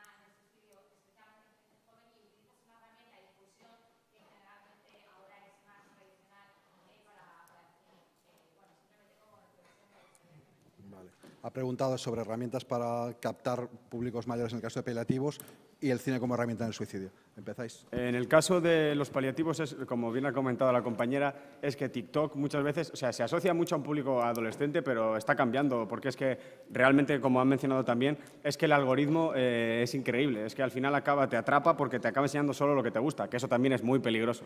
Pero bueno, fuera de eso, a mayores, en nuestro caso con paliativos empezamos con ellos, porque es un servicio que normalmente la gente está muy agradecida, es muy importante porque si lo haces bien, estás acompañando a gente en un momento muy importante de su vida, tanto a sus familiares como a ellos mismos. Entonces, por un lado, queríamos llegar a esa gente que sí lo conoce o lo va a necesitar, y por otro lado es que ningún joven tampoco estaba exento de esa situación, de verse envuelto. Es decir, sí que es cierto que hay gente mayor, pero por desgracia, todos tenemos algún conocido, etcétera, que al final tiene que pasar por paliativos en etapas más jóvenes de su vida o acompañando a un familiar o, en los peores casos, ellos mismos. Entonces, al final sí que era añadir y extraer un poco eso. Sí, que luego al final, bueno, no recuerdo muy bien si en este vídeo se dice, en otra píldora, bueno, en exclusiva, sí que se dice que al final los cuidados paliativos al final sí que es verdad que son... Bueno, yo haría dos apuntes. Luego hay un vídeo en el que se dice que los cuidados paliativos se centran, muy en consonancia con lo que ha dicho el compañero, se centran más en la gente que se queda aquí, ¿no? Por decirlo de alguna forma, que con la gente que se va. Porque la persona que se va le ayudan ya en el duelo, pero la gente que se queda aquí está en el duelo de esa persona que sabe, ¿no? que se va a morir, pero que luego tienen que vivir con ese dolor. Al final los cuidados paliativos, por lo menos en este hospital, son muy centrados también en la gente que luego tiene que vivir con la pérdida. Y lo que ha dicho Saúl de los cuidados paliativos, al final en nuestro hospital sí que es verdad que los cuidados paliativos tienen muchísima fuerza. Y luego, de forma un poco igual, excusa que no lo es mucho, pero que nosotros al final, como trabajamos con un cliente, sí que es verdad que en muchos sentidos estás un poco condicionado por la comunicación que ese cliente también quiere llevar, ¿no? Si mi cliente quiere decir que los cuidados paliativos, si quiere hablar de cuidados paliativos, tú le puedes recomendar cómo hablar de cuidados paliativos, pero vas a tener que terminar hablando de cuidados paliativos por mucho que igual no sea lo ideal para TikTok. Pero como hemos dicho antes, como también estamos hablando de públicos, de gente que se queda aquí, que no va a morir, al final es gente que con 40, 50 años pierde a un padre. Pues también, ¿no? O sea, más y ese público sí está en TikTok. Y ese público sí que nos interesa que nos conozca. Joan. Sí. Bueno, muchas gracias por la pregunta. Respecto a lo del cine, bueno, Yo decir que ahora mismo de los pocos espacios habitables en los que no esté permitido el uso de un teléfono es una sala de cine, cosa que nos interesa a los cineastas porque eso ya implica una atención que no se consigue prácticamente en ningún otro lado. O sea, yo creo que por eso la proyección de una película es importante, por eso de la atención del espectador. ¿Y por qué creo en el cine? Porque yo es que creo mucho en las historias. O sea, yo crecí, mi infancia está rodeada de libros, películas, y yo creo que la ficción puede ayudarnos muchísimo más a crecer como personas que la realidad. Esta es desde mi punto de vista, porque creo que ahora mismo la realidad, hablamos de inteligencia artificial, hablamos de redes sociales, ¿no? ¿Qué es real, qué no es real? Es mucho más real la historia que hay dentro de un libro que la historia que veo en pantalla, desde mi punto de vista, ¿no? Yo por eso creo que las películas ahora mismo están en un estadio de un exceso, pero eso es otro tema, es otra mesa, pero sí que creo que están en un momento clave para generar esa empatía, porque se empatiza muchísimo más con una historia que creemos que no podemos vivir que con una que a lo mejor vemos que están viviendo otras personas. Está ocurriendo ahora mismo con Israel y con Gaza, ahora todo el mundo es experto. Es que es muy irónico, pero quería decirlo también porque creo que la gente es muy irónica históricamente, pero en el presente más reciente, con el tema de la guerra y el conflicto, todo el mundo es muy especializado, lo conoce todo, lo quiere saber todo, y en cuestión de una semana quiere entender un conflicto que tiene 3000 años de historia. Y allí es cuando el cine tiene una fuerza muy grande que no ha tenido ningún otro medio, que es esa cosa de alguna manera, lo que dice el cine le da como cierta razón, ¿no? Porque es como basada en hechos reales y la gente como que conecta mucho con esa idea. Entonces yo creo que allí el tema de la salud, el tema del cine social, el tema del cine documental también, tiene un papel tremendamente importante. Y para tratar este tema yo creo que genera un proceso empático mucho más rápido y real, tangible, desde la ficción. Allí, sí. Tenemos varias palabras pedidas. Está Pablo, está Pilar, está Margarita y está Miguel Ángel. ¿Ese es el orden? Bueno, os estoy viendo. No, lo quiero otra vez al final. Pablo.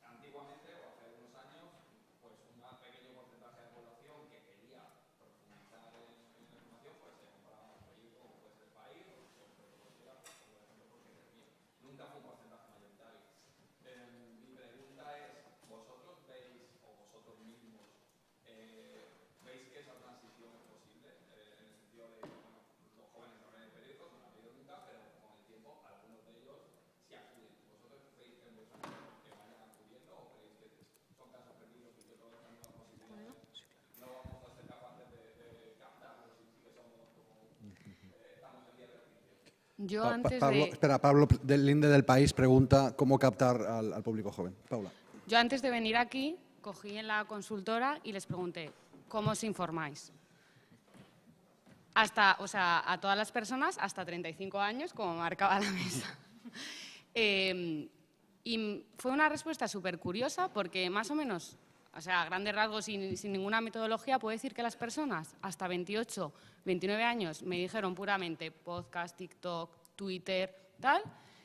Y luego las personas de 29 a 35 sí me dijeron, vale, me gustan los podcasts, me gusta TikTok, me gusta Instagram, pero yo siempre contrasto la información con medios tradicionales, con sus 3 medios de referencia.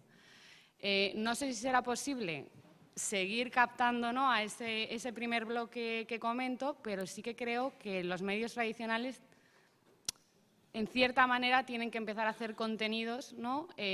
Obviamente no en todas las plataformas porque sería inasumible económicamente, pero sí intentar adaptarse porque, ya te digo, esta mini encuesta dice que esta primera parte de la gente más joven se informa a través de estas plataformas que, como decían antes, me parece un pelín peligroso porque, claro, es un algoritmo que te enseña lo que tú quieres. Y realmente tú tienes que ir a un medio para ver la realidad de lo que está ocurriendo a grandes rasgos, ¿no? Entonces, la verdad que es un debate muy interesante y que yo no tengo la respuesta mágica, pero sí que te puedo compartir lo que he escuchado. Sí, Ana. Pablo, creo que hay que afrontar la realidad y entender que no vivimos en una sociedad que se quiere informar, sino que quiere ratificar su opinión. Eso para empezar. Si tú vas a darme la razón en lo que yo ya opino de base, no digo que yo lo haga, pero sí que mucha gente lo hace. Y no los jóvenes, en general. Vivimos en la sociedad de la posverdad. O sea, esto lo han hablado ya filósofos, yo no sé de filosofía, pero se ha dicho desde hace años. O sea, esto es una cosa que tiene décadas. Ahora puede ser que se haya polarizado muchísimo más este tema, pero la forma de atraer público joven yo creo que hay que diferenciar entre el dónde y el cómo. Porque, por ejemplo, yo sí que veo que en general mis amigos, mi entorno en general de mi edad, nos seguimos informando por medios tradicionales, pero hay que entender el cómo. Es decir, accedemos a través de plataformas como Twitter, como Instagram, etcétera. Muchos jóvenes siguen los Instagrams de medios de comunicación, los 5 más grandes del país, o sea, en lo general. Y en mi caso, yo soy de Galicia, yo vivo un fenómeno que es que a lo mejor, voy a decir medios, El País no, pero Faro de Vigo sí se siguen. O otros medios incluso más pequeñitos de Vigo, que son metropolitano.gal. Igual no lo conocéis, pero es un medio que a los jóvenes tiene bastante repercusión. No sé, lo que te quiero decir es que se puede acceder a través de redes sociales y es como lo solemos hacer. A mí sí que me gustaría hacerte una pregunta. Cuando dices captar, ¿a qué te refieres? ¿Nos referimos al aspecto más económico, es decir, captar compradores, captar suscriptores o captar tráfico a nuestra web? Sí. Pues a ver, te pongo el ejemplo. En mi caso, el periódico donde yo trabajo ahora mismo, nuestra filosofía es la suscripción. El País, cuando más ha vendido en la época dorada, hace 20, 25 años, yo creo que nunca llegó a vender de media más de 300, 400.000 ejemplares al día. Ahora tenemos unos 300.000 suscriptores. Quiero decir, nunca ha habido una lectura masiva de periódicos. Entonces, yo creo que con eso nos podemos conformar porque tampoco, no sé si podemos aspirar, pero pues sí, sería captar en el sentido de convertir a esos pues 300, 400, en este caso tenemos una aspiración a América que es mayor, pero bueno, en compradores, suscriptores, en este caso. Vale, pues, o sea, con lo que se ha comentado antes de que somos infieles, ¿no? Y la verificación de hechos, muchas veces cuando tú ves una noticia o ves un dato que te interesa y lo vas a contrastar, muchas veces con el titular nos sirve. Claro, entonces digo, ¿necesito una suscripción para leer un titular? No. Entonces dices, bueno, pues meto publicidad en mi página web. Vale, pues tengo 3 adblocks en mi navegador. Jaque mate. No. Entonces, claro, cuando decimos convertir, lo que no es que, o sea, sí nos informamos por los medios tradicionales, porque al final creo que todos, en mayor o menor medida, tenemos asumidos que son los más fiables, ¿no? Y que es la información más verificada, ¿no? Pero que realmente no voy a dejarme mi dinero ahí. No, ese es el problema con los que os podéis encontrar. O sea, sí estamos yendo a vuestras webs, os estamos leyendo vuestros titulares, pero no nos estamos dejando nuestro dinero ahí. Eso, perdón, lo tengo muy claro, pero es que nunca ha sido así. O sea, ningún joven de la historia se ha comprado el País. Entonces, alguno, pero quiero decir, pero llega a una edad que empezaba a comprarse el País. Más o menos lo que tú dices, pues cuando empieza a entrar a la treintena, te empiezas. Y mi duda es, bueno, claro, obviamente no lo sabéis, pero si tenéis la impresión de que eso también puede suceder, bueno, es verdad que yo tengo 25, bueno, en vuestro caso 25, 26, 27 años, no me voy a pagar una suscripción al País, pero a lo mejor voy llegando a un momento de mi vida en el que sí, que es lo que ha pasado tradicionalmente. No sé eso si... ya no te puedo decir porque no llegamos a... Yo por añadir también creo que hay hay varios retos aquí que se juntan a la vez. Uno de ellos es, como se ha hablado también del peso de lo visual y audiovisual, es que muchas veces a la hora de informarnos, y por eso también hay problemas en general, también de gente de perfiles mayores de edad cada vez más, es que como una imagen valen más que 1000 palabras, que eso ha pasado sobre todo, pasó mucho en Ucrania y está pasando ahora bastante con el nuevo conflicto. Dicen, no, es que este vídeo es de lo que está pasando en Gaza ahora mismo y lo estás viendo en Twitter, con lo cual no es descabellado pensar que pudiese ser real, pero que igual es de hace 3 o 4 años. Pero claro, dices, porque me ha pasado esta conversación, alguien te dice, no, es que yo he leído que esto no es así, pero ¿cómo no va a ser así si lo he visto? Si estoy viendo que están apaleando niños, no sé qué. Eso es muy difícil porque, aunque realmente la información del medio sea la veraz, en este caso hay que competir con que para mucha parte de la población, como también se vio en pandemia y muchas veces que se hacen encuestas, a los informadores periodistas nos tienen como siempre por debajo de la tabla de típicas profesiones en las que menos confías, siempre estamos por abajo, lo cual es complejísimo para hacer nuestro trabajo bien y encima tenemos que luchar con que muchas veces lo nuestro es palabras e información, aunque contrastada y bien hecho nuestro trabajo, contra un vídeo que es que él lo está viendo. Entonces, eso es un dilema en el que hay que… De hecho, a Elon Musk, ahora con X, le han dicho que tiene que empezar a hacer otra vez filtros en Twitter porque es muy complejo que no proliferen. O sea, las fake news ahora mismo son un reto importante y ya han tenido repercusiones, porque se habla muchas veces de las fake news con mucha facilidad, pero en el caso de los Rohingya, que son una minoría étnica que había en el norte de Birmania, el tuit por el cual se empieza un genocidio y un desplazamiento de población enorme es una fake news. Entonces, hay que tener mucho cuidado porque en malas manos es muy complejo. Ahí arriba. Ahí arriba, sí.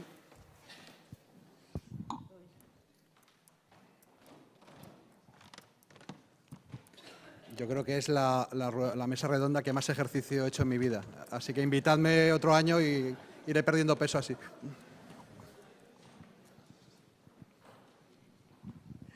Hola, yo me llamo Pilar, no soy millennial, como podéis observar. Me ha encantado esta mesa porque me está haciendo pensar todo el rato, continuamente, reflexiones, contradicciones en mi cabeza, preocupaciones, etc.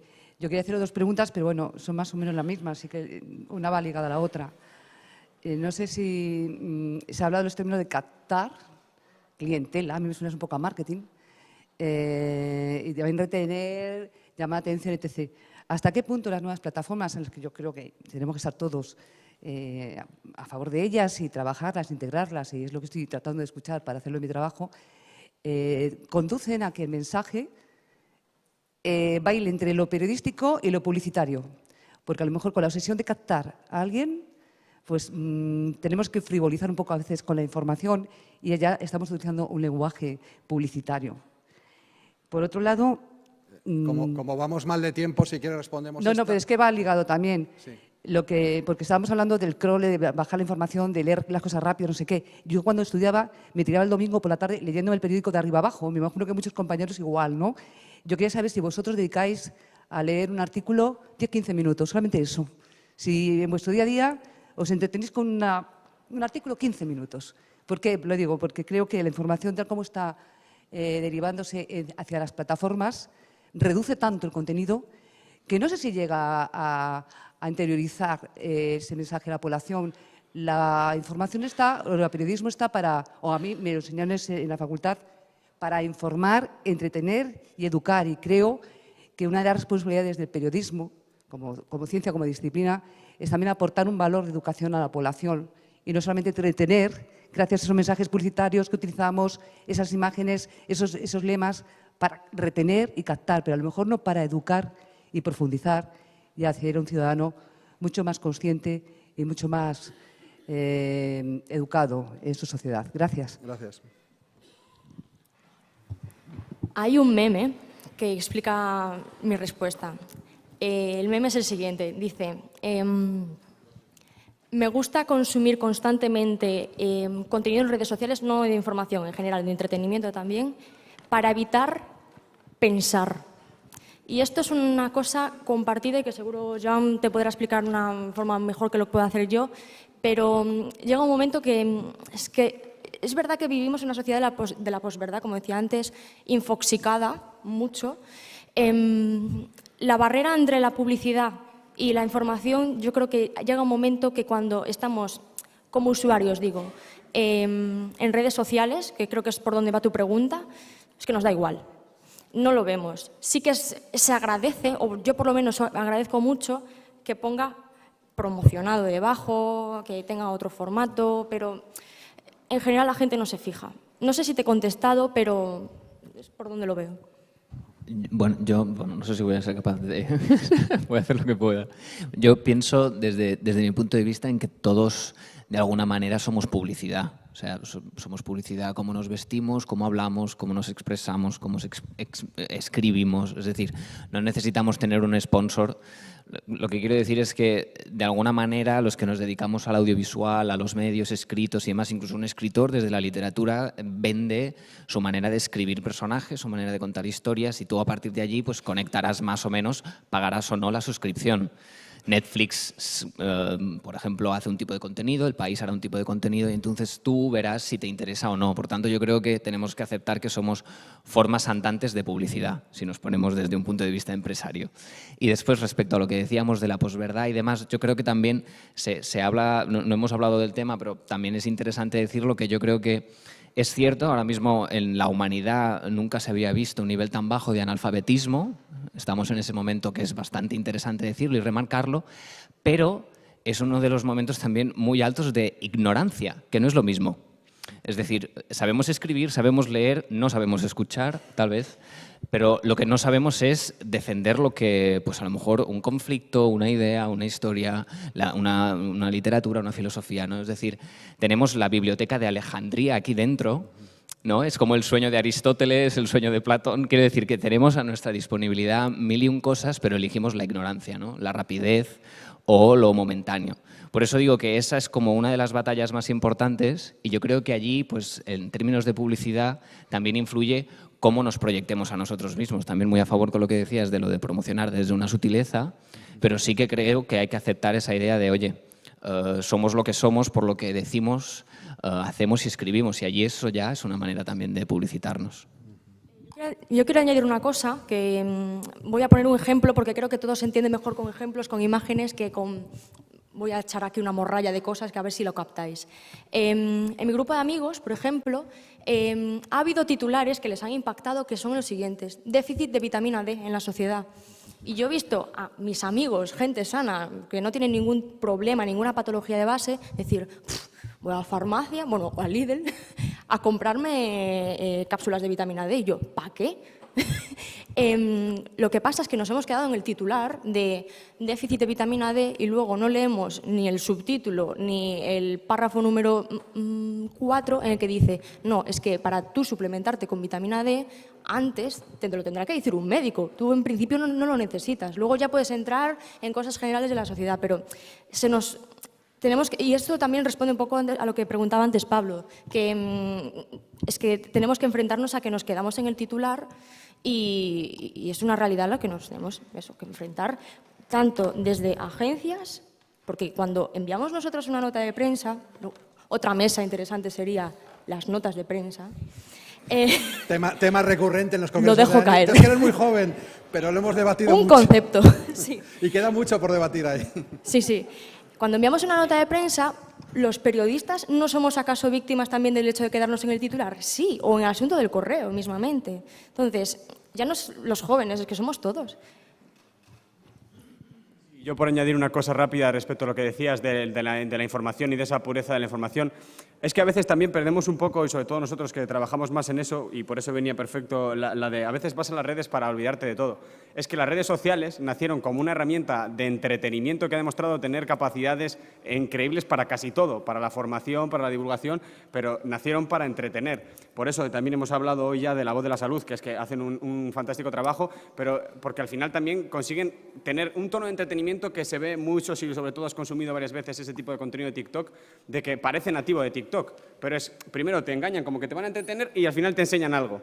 Pero sí que evidentemente yo creo que al final, por eso también creo que los medios en algún momento tienen que seguir de algún tipo de forma, porque si realmente, porque eso también depende de los usuarios, quieren una información, la información normalmente requiere de cierto esfuerzo si realmente quieres saber de lo que hablas. Si somos eso, todólogos que, como decíamos, hoy sabemos muchísimo del conflicto palestino y mañana de una erupción volcánica, pues así estamos. A ver, penúltima pregunta.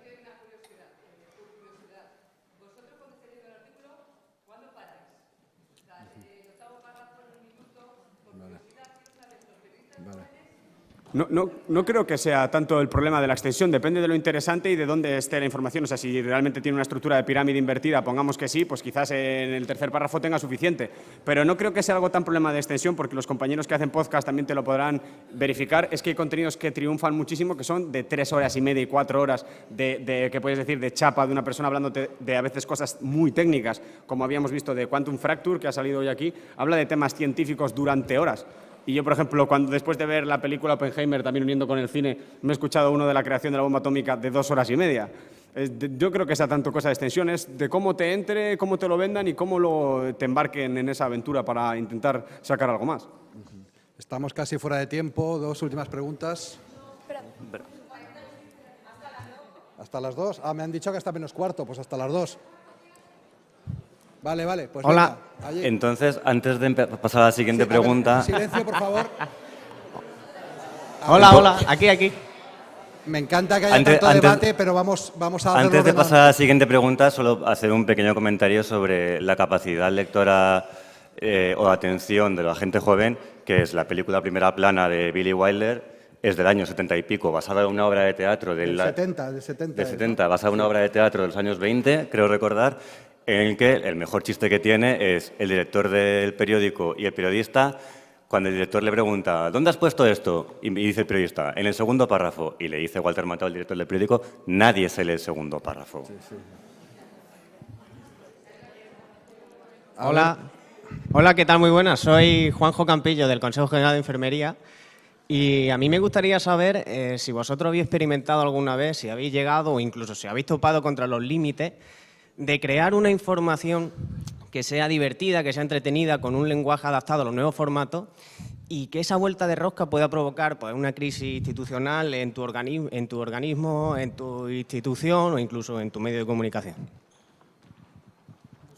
Nosotros, por suerte, sí que es verdad que todo pasa a un primer filtro, pero sí que nos hemos visto con la situación de, quizás en una pieza que habíamos revisado una primera vez y comentándolo entre nosotros y un poco más con gente del equipo, siempre pides alguna opinión más, no la veíamos problemática, ha llegado a la persona que tenía que ser la ponente o la que pone la cara, por decir así, y nos la ha cambiado entera. O sea, yo soy bastante escandalizado de no puede ser así. O sea, esto no es así. Eso sí nos ha pasado. Llegando a publicar todavía, gracias a Dios, los filtros han funcionado y no nos hemos visto en esa.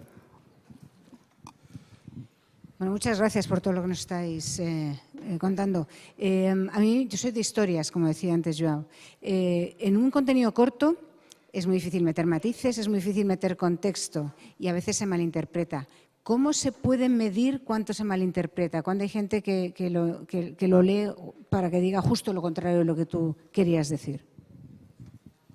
Es muy complicado. Es que realmente, y encima en el momento en el que estamos, es que por eso es muy peligroso también el algoritmo de TikTok. Buscamos a veces cámaras de eco, decir algo y que te vuelva lo mismo todo el tiempo. Entonces, hay muchas veces que la gente, si quiere malinterpretar, es que va a hacerlo. O sea, incluso hay cosas que parecen imposibles, que son inequívocas y te sacan una vuelta.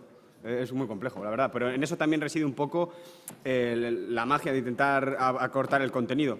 Y, sobre todo, intentar de tener una revisión bastante frecuente, habitual y con la gente autorizada para hacerlo.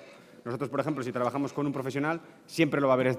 O sea, además de nuestra primera revisión, nuestra primera criba, ese profesional lo va a volver a revisar, vuelve a nosotros y aún así nosotros siempre tratamos de pensar un poco como la persona que va a ponerte pegas. Decir, si hemos dicho esto, vale, y si pensásemos lo otro, aún así hay alguna vez que, inevitablemente, si no será ahora, será dentro de 2 meses o dentro de 2 años, alguien podrá darlo la vuelta, seguro, seguro. ¿Queréis añadir algo? ¿No? Sí. Solo un apunte que yo creo que también hay que remarcar la cosa de que en términos de oficio tanto el periodismo como el cine también habitan en lo circunstancial. O sea, y allí como que eso se escapa de nuestro control. Es decir, no conocemos la situación personal de la persona que nos está leyendo, qué está haciendo, qué no está haciendo. Ponía el ejemplo también el de la radio, pero por hacer un poquito el chiste o la comedia, Beethoven nos imaginaba cuando compuso ciertas composiciones que sonaría en clases de yoga. O sea, quiero decir con esto que al final, hasta qué punto esa atención se puede medir, es que no es medible. Es decir, no, hay cosas que de verdad creo que hay que aceptar que se nos escapan. Y en esa aceptación podemos ser mucho más eficaces en la profesión, porque hay veces que queremos controlar muchas cosas y no aceptamos esa volatilidad del propio oficio, ¿no? Y pasa lo mismo con el cine, que puede funcionar un estreno por alguna razón y luego a lo mejor no funciona un estreno de una película y 10 años después es un éxito. Es que es incontrolable, desde mi punto de vista. Ahí, sí. Hola, ¿qué hay? Soy Carlos Rollo, soy médico, soy directivo de una empresa tecnológica española, tengo 66 años, o sea que casi la suma vuestra, ¿eh? Magnífica mesa, me encanta escucharos. Simplemente deciros, con 66 años y médico, yo todas las mañanas leo, eso sí, sigo siendo fiel al País, pero en el teléfono móvil, y luego la siguiente forma de informarme es a través de las redes sociales. Por lo tanto, lo de la brecha digital de la edad ya no se está dando tanto. Ya hay gente como yo, con mi edad, que estamos utilizando las mismas tecnologías que vosotros. Por lo tanto, eso también tenerlo en cuenta. A mí me preocupa mucho, al hilo de la conversación que habéis hecho, lo que quería decir eso, que también somos usuarios, la gente mayor de estas cosas. Pero lo que me preocupa mucho es los que generan la información. No solamente ya desde el punto de vista de credibilidad de lo que estáis contando, sino que muchas veces tengo la sensación que esos titulares que aparecen están diseñados para que solamente te leas el titular y no leas la noticia y te quedes con una sensación completamente contraria a lo que es la noticia en sí. Y se está dando mucho paradigma de eso, ¿no? O sea, despedida definitiva de no sé quién. Dice, se ha muerto. No, no se ha muerto, es que ha dicho adiós de una fiesta que estaba en una discoteca. Eso está pasando mucho. Entonces, a mí eso me preocupa mucho porque nos estamos informando a través de esos titulares. Entonces, no sé qué opináis al respecto y acordaros que también la gente mayor utilizamos lo mismo que vosotros. Ahí solo Muchas por gracias. decirte que es que eso es un poco la dictadura del clic, que se dice. O sea, al final los ingresos publicitarios van por los clics, normalmente. Entonces, necesitas que cliquen. Y es que muchos de esos titulares ya no los ponen ni personas, es decir, sí los ponen personas, pero normalmente funcionan con un TES-AB. Eso quiere decir, tú metes en ordenador, no sé si el País funciona así, metes 3 o 4 titulares, van a estar en función de la ubicación geográfica, edad, etcétera, circulando un tiempo. El que más clics recibe es el que se queda. Entonces, normalmente hablan más, si esos titulares son así en el 99% de las veces, hablan más de nosotros como consumidores que del medio en sí, porque literalmente es algo objetivo, es ¿qué se clica más? Entonces dicen, no, es que todos los titulares son negativos, pues hablan de nosotros como sociedad y consumidores más que del medio en sí mismo.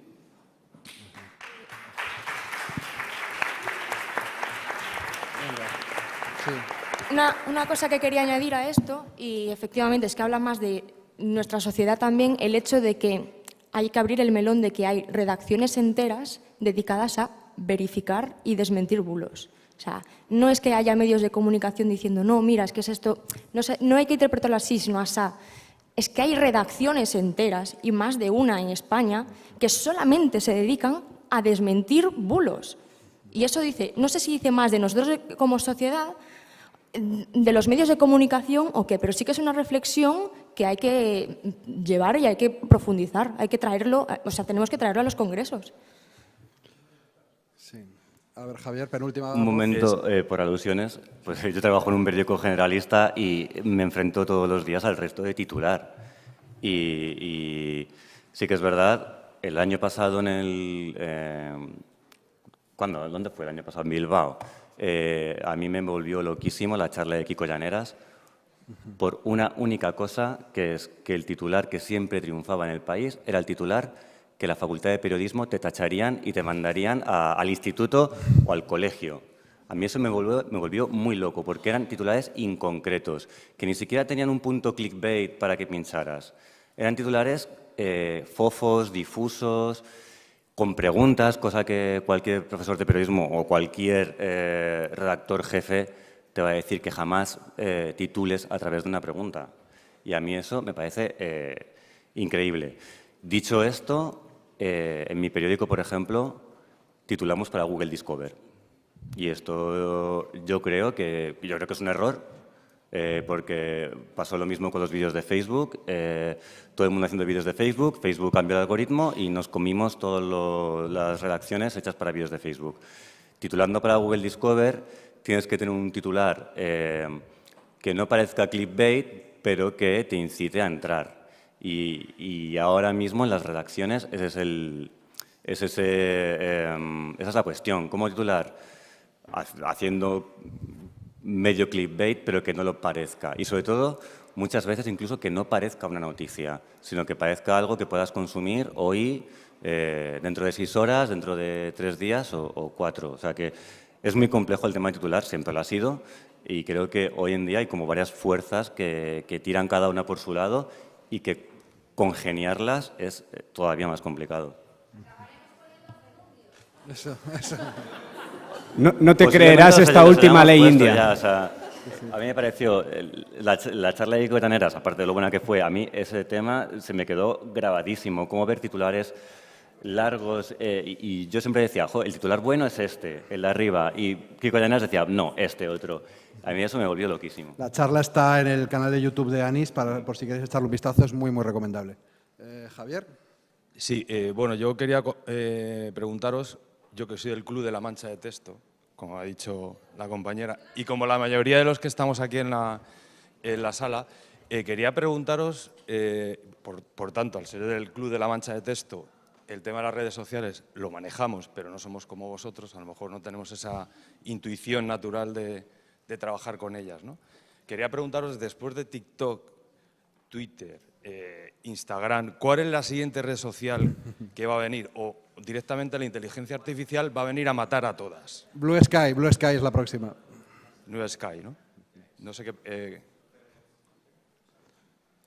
En Estados Unidos ahora está Threads, que es de Meta, que la Unión Europea no ha permitido que entre, y Blue Sky, y luego ya es... A ver, desde que Facebook presentó también las gafas y Apple también va por esa línea, la realidad mixta puede ser algo más cercano de lo que pensemos. Es que, por eso es que, si desde propio OpenAI dicen que ellos su motor de trabajo está mucho más avanzado de lo que nos han dejado ver hasta ahora, lo que pasa es que consideran que incluso no estemos tan preparados como para ver eso.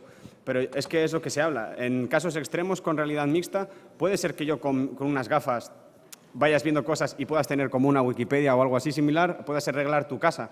Abras el baño y te diga, ¿qué es esta pieza? Y te dice, esto es el manguito que regula el flujo de agua. Esto es tal, es que puede cambiarlo todo. O puede que no cambie nada. Es que estado de momento es algo muy gris, pero sí puede ser como el surgimiento de Internet, que nos cambia a todos y que dentro de 10 años se hable de esto como algo súper asumido y que todo el mundo, antes se pensaba eso. El correo electrónico, cuando se escribiría en faxes y cosas así, no sabemos, es que es todo muy incierto. Ya. 2 últimas preguntas allí, por favor. Pero una cosa, claro, quiero aclarar que no tenemos la bola de cristal aún como para aventurar qué es lo que viene en el futuro, pero sí que creo que es importante recalcar que cuando pensamos qué es lo próximo, hay que tener en cuenta qué es lo que ha fracasado. Es que solo en este año, BeReal y Mastodon, ¿qué ha pasado con ellas? Hubo un momento que todo el mundo usaba BeReal, hubo un momento que todo el mundo se iba a mudar a Mastodon, ¿y en qué ha quedado? En nada. Sí, sí. Una respuesta rápida. Ojalá saberlo. Claro. Ya está. Allí. Si lo supiéramos, no estaríamos aquí. Hola, buenas. Soy Aina Gutiérrez, redactora periodista en la televisión autonómica, en IB3, en los servicios informativos. Y me gustaría preguntaros cuál es vuestra opinión sobre los informativos de televisión, que he sabido que, bueno, los jóvenes miráis pocos informativos de televisión. ¿Qué tendríamos que hacer para captar ese público de esa TDT generalista que parece que va a ir muriendo poco a poco, ¿no? ¿Y en qué formatos deberíamos estar sí o sí? Nosotros, aparte del informativo, tenemos web, tenemos canal de YouTube donde hacemos en streaming los informativos y luego se quedan colgadas las piezas, tenemos Facebook, Twitter, ahora X, y acabamos de abrir un Instagram en los servicios informativos. Me gustaría saber qué haríais.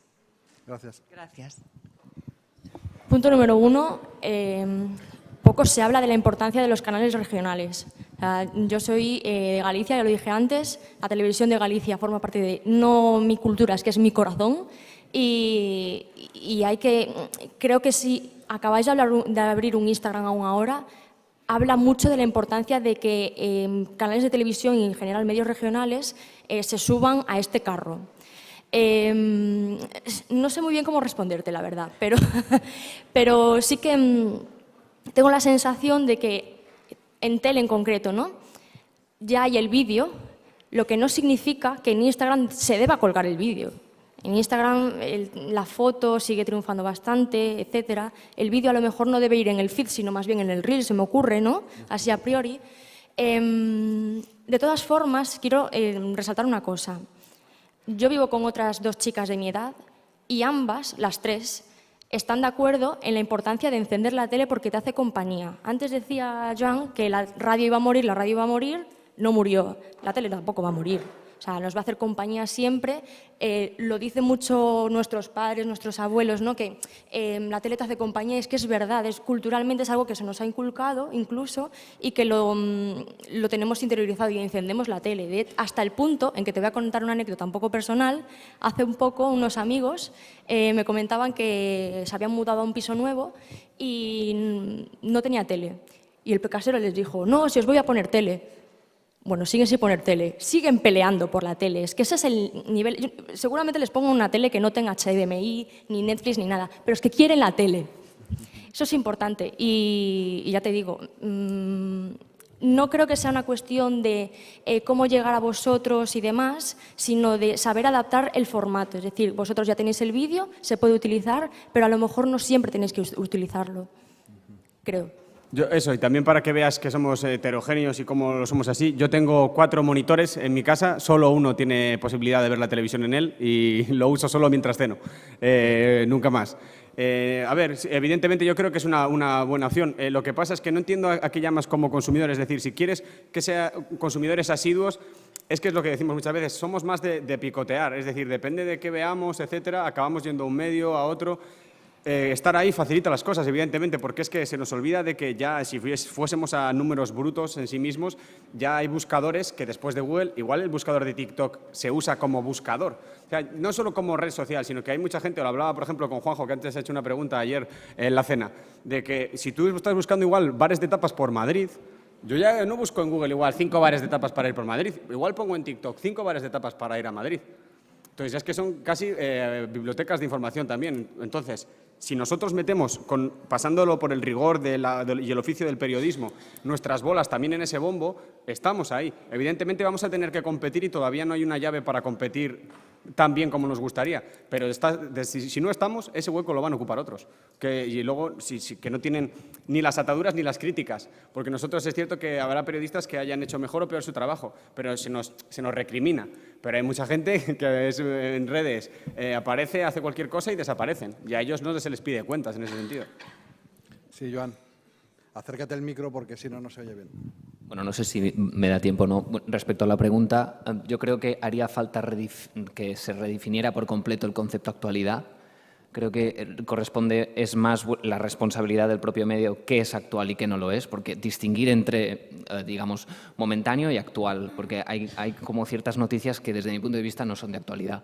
Yo cuando empecé la carrera y prácticamente terminándola, yo hace más de 5 años que no enciendo la televisión para ver noticias. Yo enciendo la tele para ver cine y series, pero eso es una cuestión personal.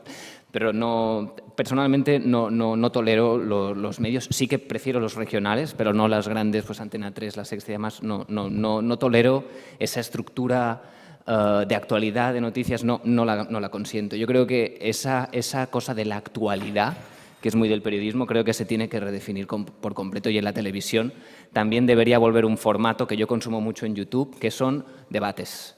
Debates buenos, extensos, sin miedo a cambiar la programación, que yo creo que la programación, que creo que es el gran problema, porque yo recuerdo que había una programación en los 90 en la televisión que ahora está en YouTube, que es magnífica, con debates de 4 y 3 horas, que a lo mejor no funcionarían actualmente, que se tendrían que redefinir, pero yo intentaría volver un poco a ese formato.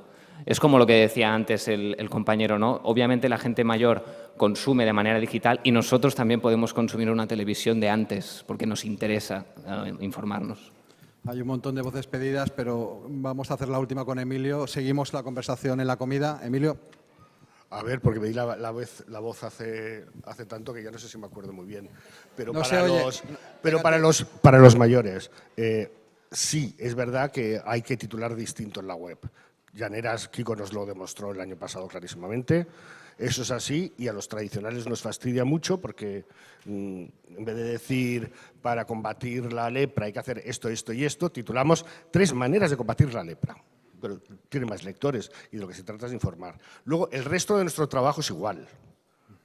Yo he estado trabajando, pasando piezas de papel a web y les cambiabas el titular, pero normalmente la información, la estructura va igual porque tienes lo mismo, una fuente, una declaración, unos datos, y eso va igual.